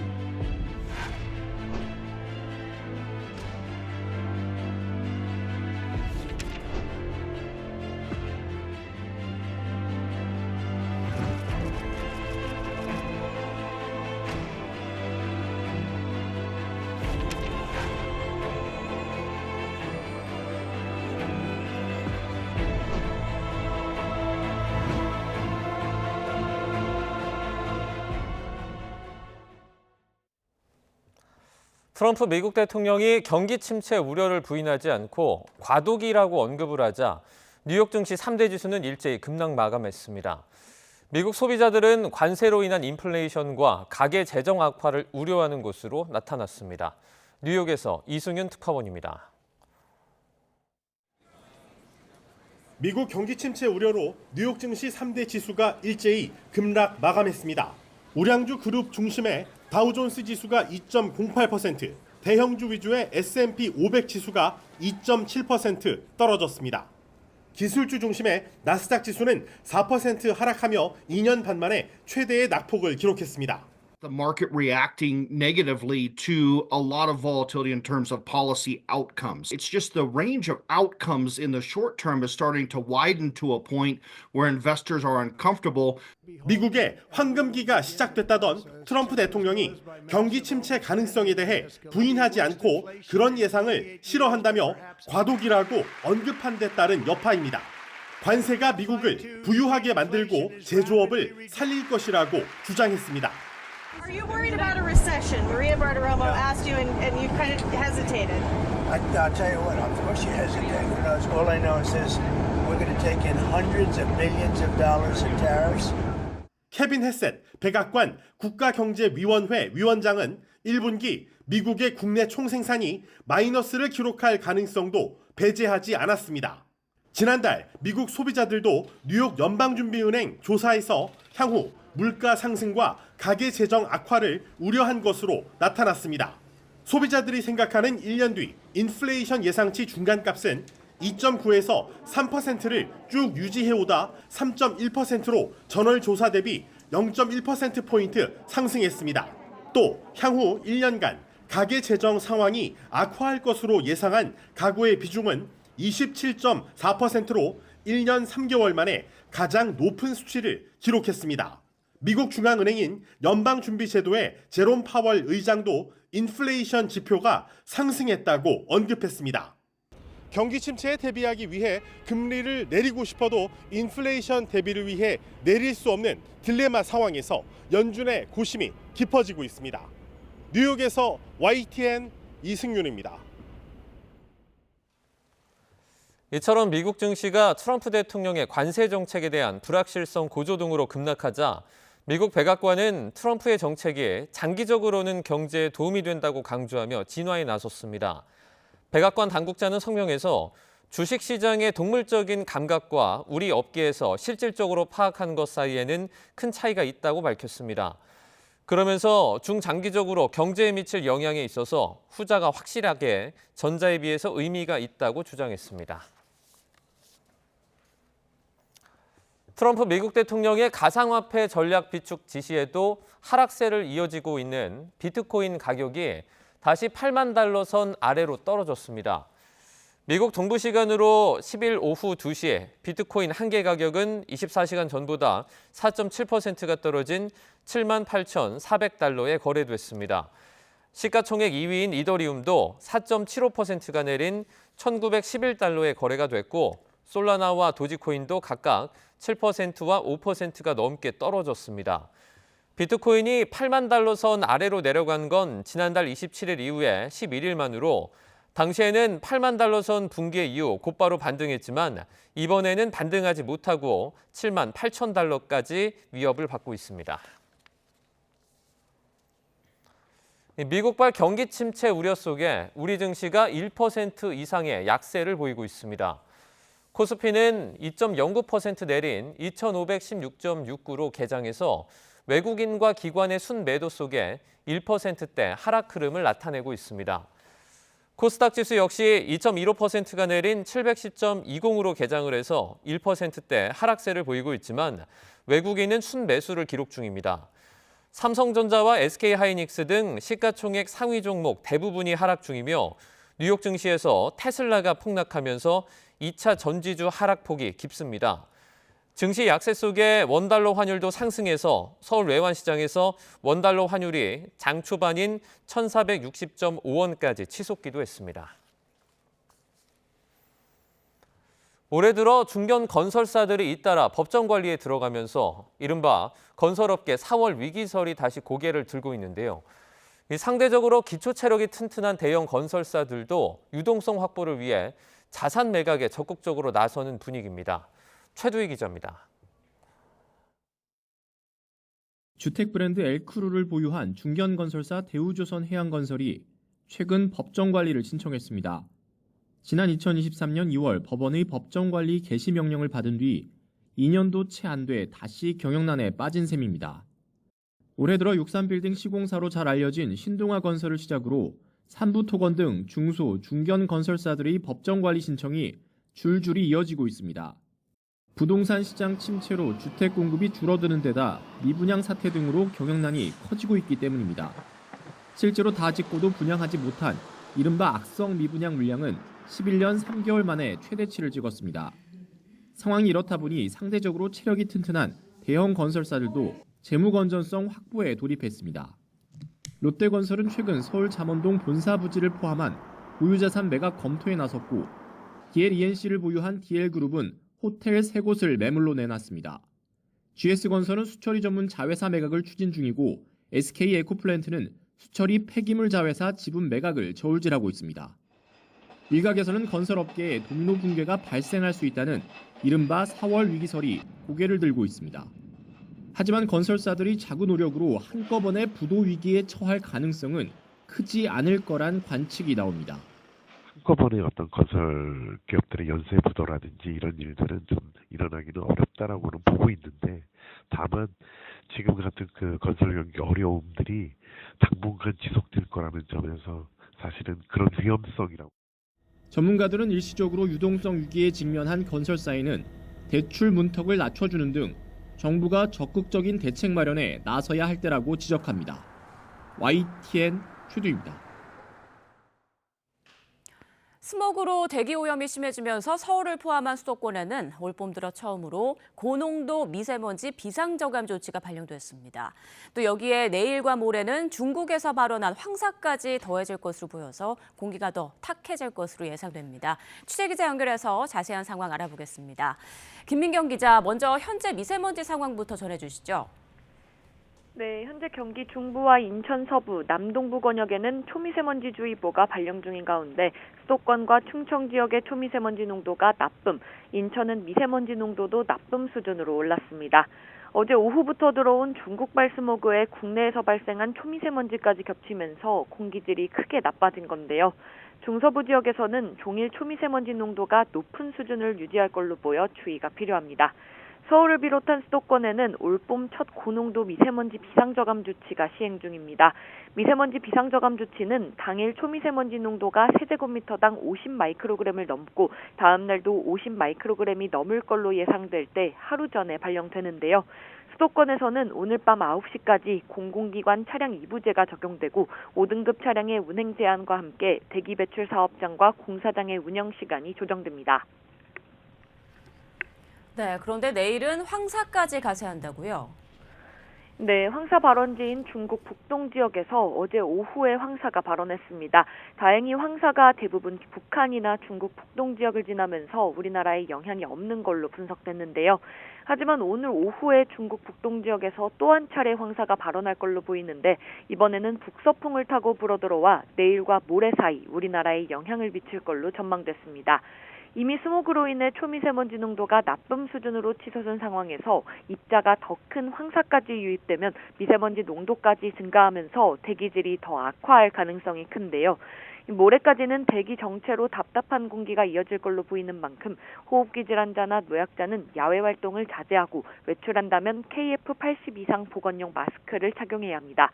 지금까지 과학기상부에서 YTN 김민경입니다.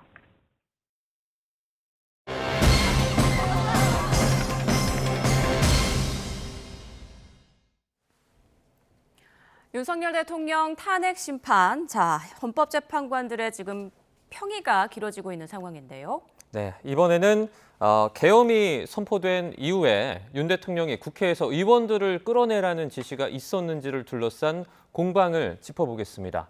김영수 기자입니다. 탄핵 심판 증인으로 출석한 16명 가운데 유일하게 헌재가 직권으로 채택한 인물이 있습니다. 계엄 당시 국회로 출동했던 수도방위 사령부 제1경비단장 조성현 대령입니다.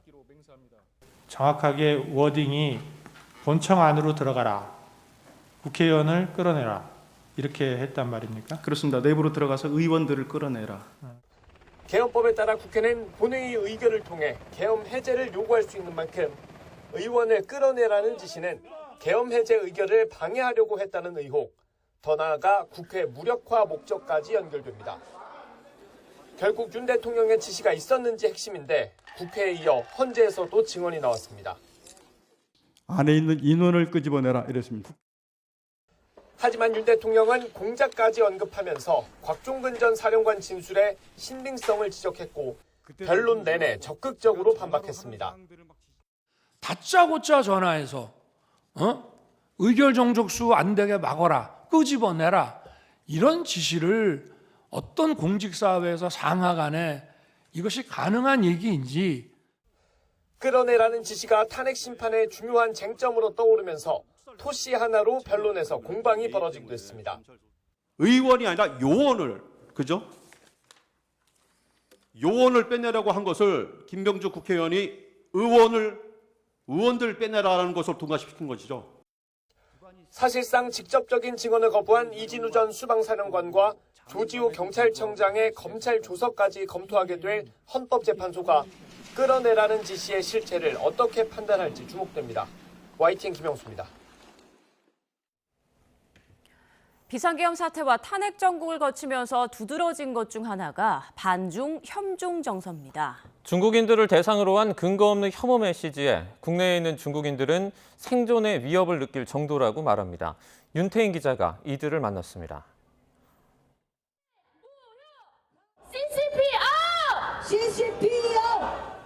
중국 공산당을 퇴출해야 한다는 구호가 끊이지 않습니다. 비상계엄 선포는 중국의 선거 개입 때문인데 도리어 대통령이 구속됐다며 현 시국의 책임이 중국에 있다는 주장입니다. 우리 국가의 주권과 우리 국민의 주권이 너무나 심각하게 침해받고 있다는 사실에 분노했습니다. 집회는 주한 중국 대사관 앞에서 진행되고 있는데요. 혹시 모를 충돌에 대비해서 경찰은 대사관 바로 앞은 물론 집회 장소 바로 앞에도 배치돼 있습니다. 구구 단체들이 중국 대사관 앞에 모이기 시작한 지는 한 달이 넘었는데 그 사이 협중 여론을 깨닫게 해주겠다며 캡틴 아메리카 복장을 한 대통령 지지자가 대사관 난입을 시도하는 등 조용할 틈이 없었습니다. 영상 하세요. 개인 방송이신 것 같은데 금요일이나 토요일에는 여기 광장 앞에서 제가 계속해서. 이들은 반중구호를 외치며 명동거리를 돌기도 하는데 한국을 찾은 중국인 관광객이 두려움을 느낄 정도입니다. 来韩国之前的话，周围人肯定会看新闻，觉得会比较乱，然后怕牵扯到就比如说你游客个人啊。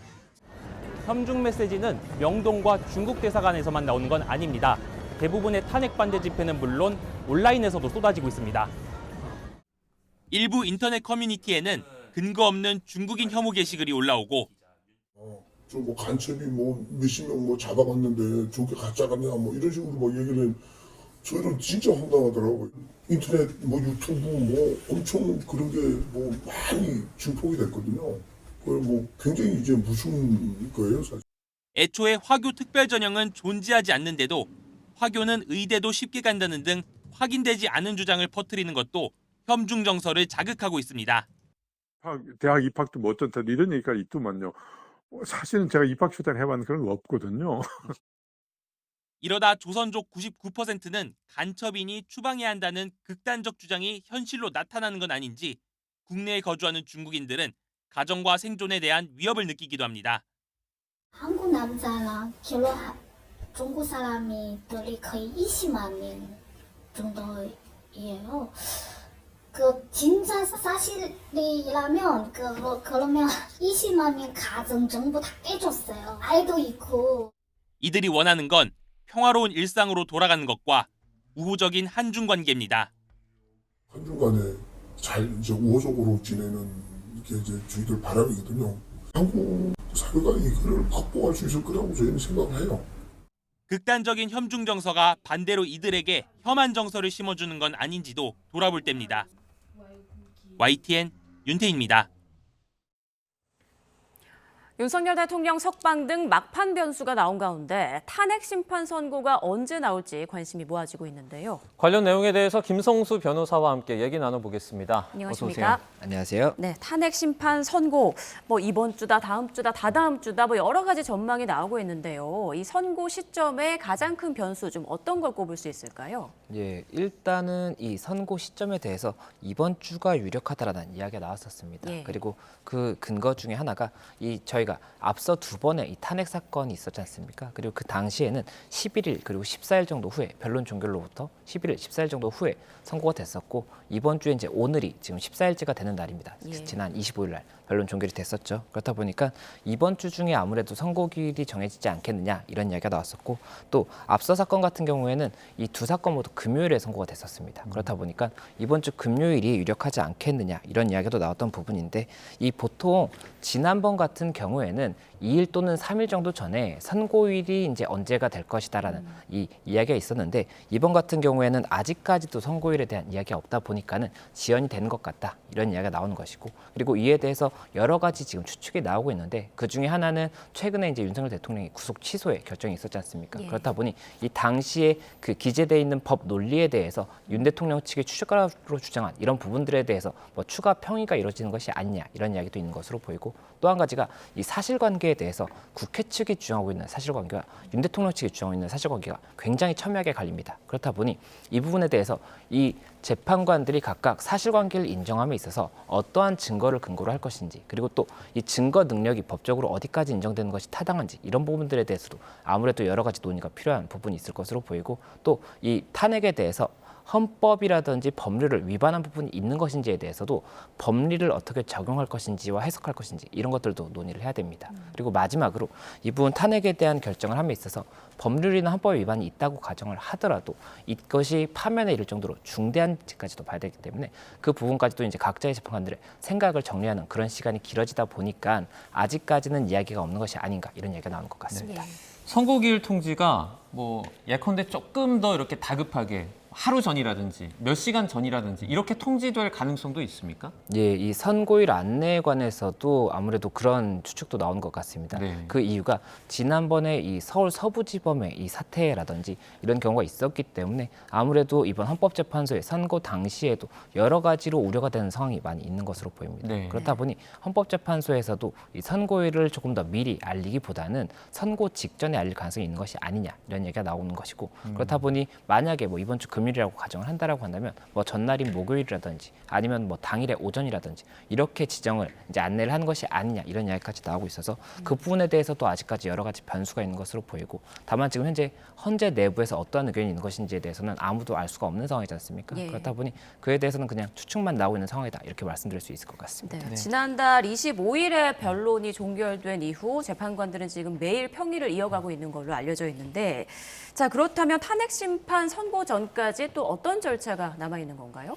예, 말씀드렸던 것처럼 이제 평의를 이제 진행을 하면서 이 사실관계라든지 법리 이런 부분들에 대해서 각 재판관들이 서로 간의 이 의견을 제시하는 이 과정을 거칠 겁니다. 그리고 어느 정도 이 각각의 재판관들이 이 사건에 대해서 사실관계, 법리 그리고 중대성에 대한 의견을 정리했다라고 한다면 이것에 대해서 이 주심 재판관이 가장 먼저 의견을 제시하고 그 다음에 이 후임 재판관들 그러니까는 이 나중에 선임된 재판관들의 순서로 의견을 개진을 합니다. 그리고 마지막에 이 재판장이 이 부분에 대한 의견을 개진하는 것으로서 순서에 대해서 의견을 개진을 하고 이것을 통해서 이제 표결을 하게 됩니다. 표결을 해서 이 부분에 대한 이 찬성인지 반대인지 그리고 그 근거는 무엇인지에 대한 표결을 하게 됩니다. 그러고 나서 이 표결의 근거에서 결정문 초안이 작성이 되고 이 초안에 대해서 그대로 기재가 되어 있는지를 다시 한번 확인한 다음에 확정이 되는 그런 절차를 거칠 것이기 때문에 이 부분들에 대해서 아무래도 여러 가지로 굉장히 많은 고심을 하고 있다 이렇게 보이는 부분이 있고 또 그리고 지금 현재 이 선고 전에 다른 사건들에 대한 진행이 없지 않겠느냐라는 이야기가 나왔었는데 지금 곧 다른 사건들에 대한 선고도 예정을 하고 있다 이런 네. 얘기도 나오다 보니까는 네. 지금 현재 이 기간 내에 이 지금 현재 윤석열 대통령의 사건 외에 다른 사건들에 대한 평의도 같이 진행하고 있구나 이런 것까지도 저희가 엿볼 수 있는 상황이 아니었나 생각이 듭니다. 다른 선고 말씀해 주셔서요. 이제 헌재가 13일, 그러니까 내일 모레 목요일입니다. 이창수 서울중앙지검장 등 검사 3명 그리고 최재 감사원장에 대한 탄핵 심판 선고를 하기로 했는데 원래는 윤 대통령 선거 다음에 나올 수 있다는 의견이 많았었는데 이게 좀 달라졌거든요. 이유가 어떻게 될까요? 예, 맞습니다. 지금 말씀 주신 것처럼 이 이창수 서울중앙지검장 등 검사 3명 그리고 최재 감사원장에 대한 탄핵 사건의 선고가 13일로 이제 지정이 됐습니다. 네. 오전 10시에 선고하겠다 이렇게 이야기가 됐는데 이 부분 관련해서 이 말씀 주신 것처럼 윤 대통령의 사건 이후에 선고될 것이 아무래도 조금 더 유력하다 이런 이야기가 나왔던 것이 이 18일까지 헌재가 사건에 대한 일정을 잡지 않았습니다. 네. 그렇다 보니 18일까지 아마 윤 대통령의 사건에 집중하고자 하는 것이 아니냐 이런 이야기가 나왔고 그렇다 보니 윤 대통령의 사건 외의 사건들은 그 이후에 선고될 가능성이 높지 않느냐 이런 이야기가 나왔던 부분인데 지금 이 13일에 선고가 되는 것이 이야기가 나오면서 이 기간 동안에 윤 대통령 사건 외의 사건들에 대해서도 검토가 이루어졌구나라는 것을 알게 됐던 그런 부분이 있었고 그리고 실제로 사건의 이 순서를 보면 이 윤 대통령의 사건 같은 경우에 탄핵 소추의 의결이 12월 14일에 됐습니다. 네. 그런데 이 사건들 같은 경우에는 12월 5일에 탄핵 소추안이 이제 통과가 됐었고 그리고 실제 종결 자체도 윤 대통령의 경우에는 지난달 25일에 종결이 됐는데 이 최재 감사원장 같은 경우에는 12일에 종결이 됐고 또 이창수 중앙지검장 등 검사 3명에 대한 이 사건도 24일에 종결이 됐기 때문에 종결 자체도 조금 더 빨랐습니다. 네. 그렇다 보니 그런 부분을 반영해서 조금 더 먼저 선고가 되는 것이 아니냐 이런 이야기가 나오는 것 같습니다. 네, 그러면 한덕수 총리 탄핵 심판 선고는 어떨까요? 그러니까 윤 대통령 선고보다 먼저 나올 것이냐, 동시에 나올 가능성도 있다 이런 얘기도 있던데요. 예, 맞습니다. 이 한덕수 총리의 이 탄핵 사건에 대해서도 여러 가지 관심을 저희가 갖는 이유가 한덕수 총리가 만약에라도 탄핵이 되지 않고 이 직에 복귀한다라고 한다면 그때는 권한대행의 이 직이 다시 한덕수 총리로 넘어오게 됩니다. 그렇게 되면 결국에 한덕수 총리의 이 권한대행 업무와 관련해서 이 마은혁 재판관 후보의 임명에 관한 부분이 다시 한번 이슈가 될 수가 있기 때문에 이런 부분 관련해서 그 시점이 관심을 받는 부분이 있고 또 한 가지 이 시점에 대한 관심이 있는 것이 한덕수 총리에 대한 이 혐의들 중에는 내란과 관련한 혐의가 명시가 되어 있습니다. 네. 그러면 그 판단을 통해서 헌재에서 현재 이 내란 혐의와 관련해서 어떻게 사실관계를 보고 있느냐 이것 자체에 대해서도 쟁점이 될 수가 있기 때문에 이것이 윤 대통령이 주장하는 계엄으로 볼 수 있는 것이 정당한 계엄으로 볼 수 있는 것인지 아니면 국회 측에서 주장하고 있는 내란으로 볼 수 있는 것인지에 대한 쟁점을 추측할 수 있는 그런 부분이 있다라는 이야기가 나와서 이에 대해서도 여러 가지 관심을 갖는 것이고 그렇다 보니 헌재에서는 이 내란이라든지 이런 혐의에 대한 주장에 대한 것에 판단을 동시에 하는 것을 조금 더 안전하게 볼 가능성이 있다 이런 이야기가 나오다 보니까는 동시 선고도 가능하다 이런 이야기가 나오는 것으로 보이는데 지금 현재 헌재에서도 이 부분 관련해서 어떻게 판단할지는 아직까지도 명확하게 정해지진 않았지 않을까 생각을 하고 있습니다. 네.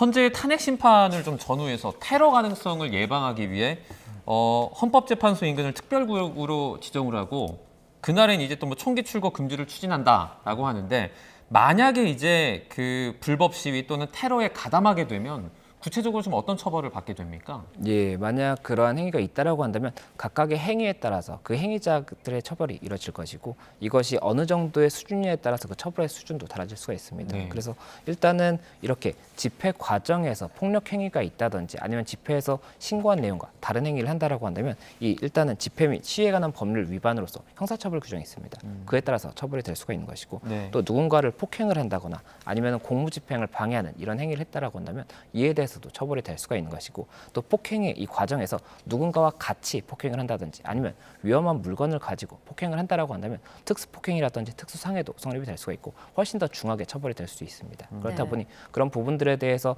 굉장히 주의가 필요하다 이렇게 말씀을 드릴 수가 있을 것이고 저희가 서부지법 당시에도 말씀을 드렸던 부분이 이 법에 대한 그 존중은 굉장히 중요한 부분인 것이고 이 법에 대한 존중이 무너진다라고 한다면 이 국가의 존립 자체에 대해서도 굉장히 큰 위험이 될 수가 있기 때문에 네. 이 판단에 대해서 어떠한 의견이 있다고 하더라도 그에 대해서 폭력적인 행위를 통해서 이것에 대한 의견을 표출하는 것이 맞는지에 대해서는 저희가 신중히 고민을 해봐야 된다 이렇게 말씀드리고 싶습니다. 네, 앞서 박근혜 전 대통령 탄핵 심판 선고 때는 불법 시위로 30명이 송치됐다고 하더라고요. 예, 맞습니다. 이 당시에도 30명이 송치가 됐었고 예. 실제로 실형 등의 선고가 됐었습니다. 그리고 당시에 이제 죄명이 말씀드렸던 폭행이라든지 공무집행 방해 이런 부분이 가장 주된 내용이었고 이 행위의 정도라든지 피해 정도에 따라서 실형이라든지 벌금까지 굉장히 다양한 다양한 처벌이 이루어졌었기 때문에 이런 부분도 아마 이번 사안에서도 만약 유사한 상황이 있다라고 한다면 그 처벌이 이루어질 가능성이 높지 않을까 생각이 됩니다. 네. 이번에 재판이 처음 열렸던 서부지법 난동 얘기도 조금 해보도록 하겠습니다.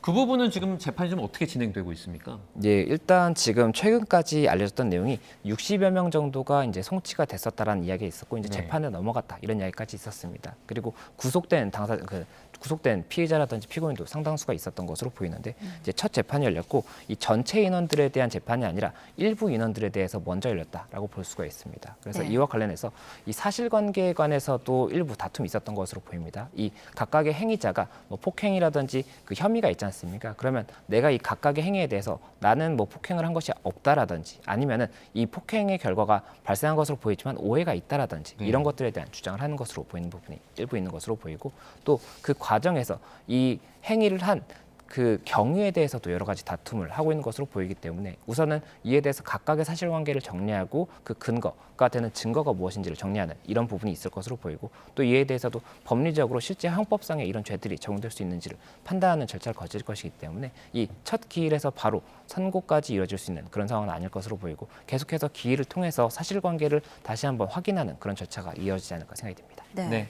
자, 그리고 이재명 대표의 재판. 자, 오늘 있는데요. 잠시 뒤 이제 이재명 대표의 위증교사 혐의 2심 재판이 열립니다. 1심에서 이제 무죄 선고가 난 지 한 100여일 만에 열리는 건데 오늘 항소심 사건 첫 공판 준비 기일이잖아요. 참석할 의무는 없는 거죠? 네, 맞습니다. 이 공판 준비 기일 같은 경우에는 이 피고인이 참석할 의무는 없습니다. 그리고 공판 준비 기일에서 진행되는 부분은 사건의 쟁점 그리고 이 증거에 대해서 어떻게 진행을 할 것인지 이런 것들을 이 검찰과 이 피고인의 대리인, 변호인이 이제 이 부분에 대해서 각각 다투는 절차를 거치기 때문에 오늘 일단 이 쟁점에 대해서 어떻게 진행할 것인지에 대한 큰 틀을 잡는 그런 절차라고 볼 수가 있습니다. 네. 그리고 검찰에서는 지금 현재 이 사건이 무죄가 선고됐던 사건이기 때문에 아무래도 검찰에서는 이 부분 관련해서 위증 교사에 대한 뭐 고의라든지 이런 1심에서 인정이 되지 않았던 부분들에 대해서 어떻게 증명할 것인지에 대한 여러 가지 주장을 펼치지 않을까 생각이 됩니다. 네, 지금 위증교사 혐의 2심 재판인데 변호사님이 보셨을 때는 어떤 부분이 가장 큰 변수라고 좀 보세요?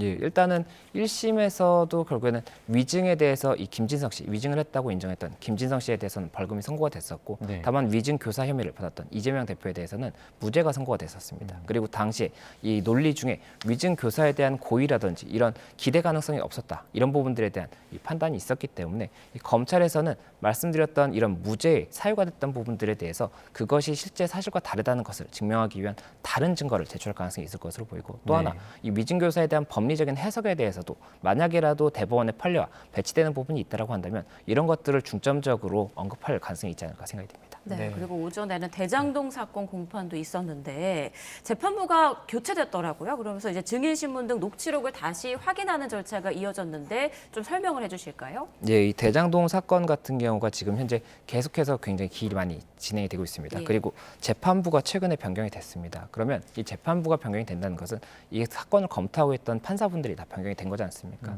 그러면 새로운 판사분들이 현재 진행 내용을 알 수가 없는 부분이 있기 때문에 그렇게 되면 갱신 절차를 거쳐야 됩니다. 그리고 갱신 절차를 거치게 되면 이 검찰과 피고인 측 양측이 다 이 갱신 절차를 간소하게 진행하는 것에 동의를 한다라고 한다면 간소하게 진행을 할 수가 있지만 한 측이라도 동의하지 않는다라고 한다면 기존에는 이 전체 공판 기일에서의 이 녹음에 대한 녹음 파일을 듣는 이 과정을 거쳐야 되는 것이고 그 과정에서 수개월씩 재판이 지연되는 그런 결과가 있었던 사례가 있었습니다. 그런데 최근에 이 형사소송 규칙이 개정이 되면서 지금은 이 양측 중 일방이 동의하지 않는다라고 했을 때는 이 녹취록 결국에는 녹음 파일을 다 글로 정리해둔 이것을 일단 보는 것으로 이 사건에 대한 내용을 파악을 하고 만약에라도 이 당사자들이 이 녹음 파일을 이 녹취한 이 녹취록에 이 잘못 기재된 부분이 있다라든지 이런 이견을 제시한다라고 한다면 그 부분에 대해서만 녹음 파일을 재생하는 이런 절차를 통해서 굉장히 좀 간소하게 진행할 수 있는 이런 절차를 마련을 했기 때문에 일단은 그 부분에 대한 진행에 뭐 어떻게 이견을 제시할지 이런 것들이 논의가 되는 자리가 아니었을까 생각이 됩니다. 그러면 지금 이 대표 재판을 좀 구체적인 예로 들어봤을 때 실제 이것 때문에 재판이 좀 지연될 가능성도 뭐 충분히 있다고 봐야겠네요.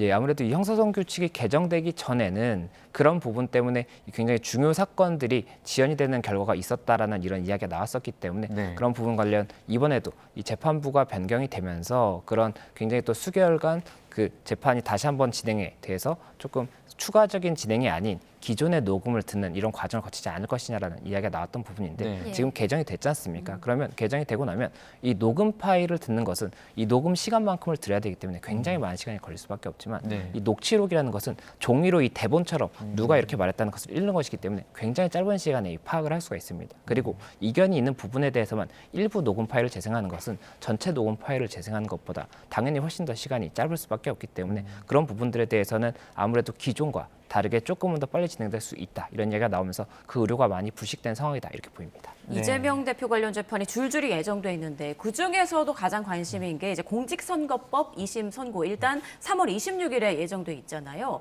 대법원 선고가 언제 나올까 이 부분이 참 궁금한데요. 그 이른바 633 원칙 지켜질 수 있을 거라고 보세요?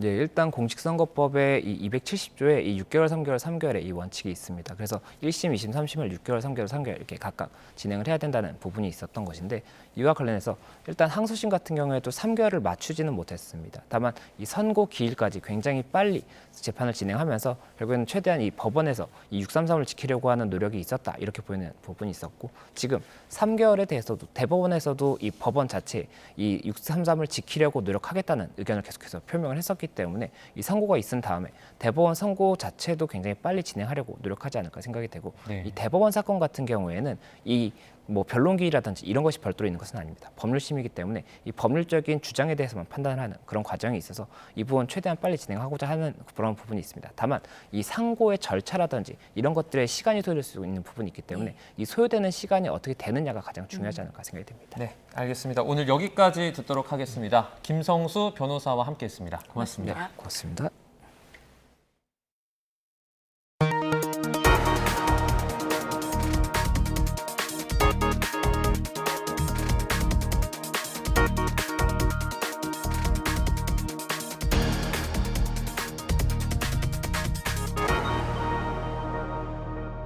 갑작스레 세상을 떠난 가수 휘성의 장례는 유가족이 마음을 추스르는 대로 조용히 치러질 것으로 보입니다.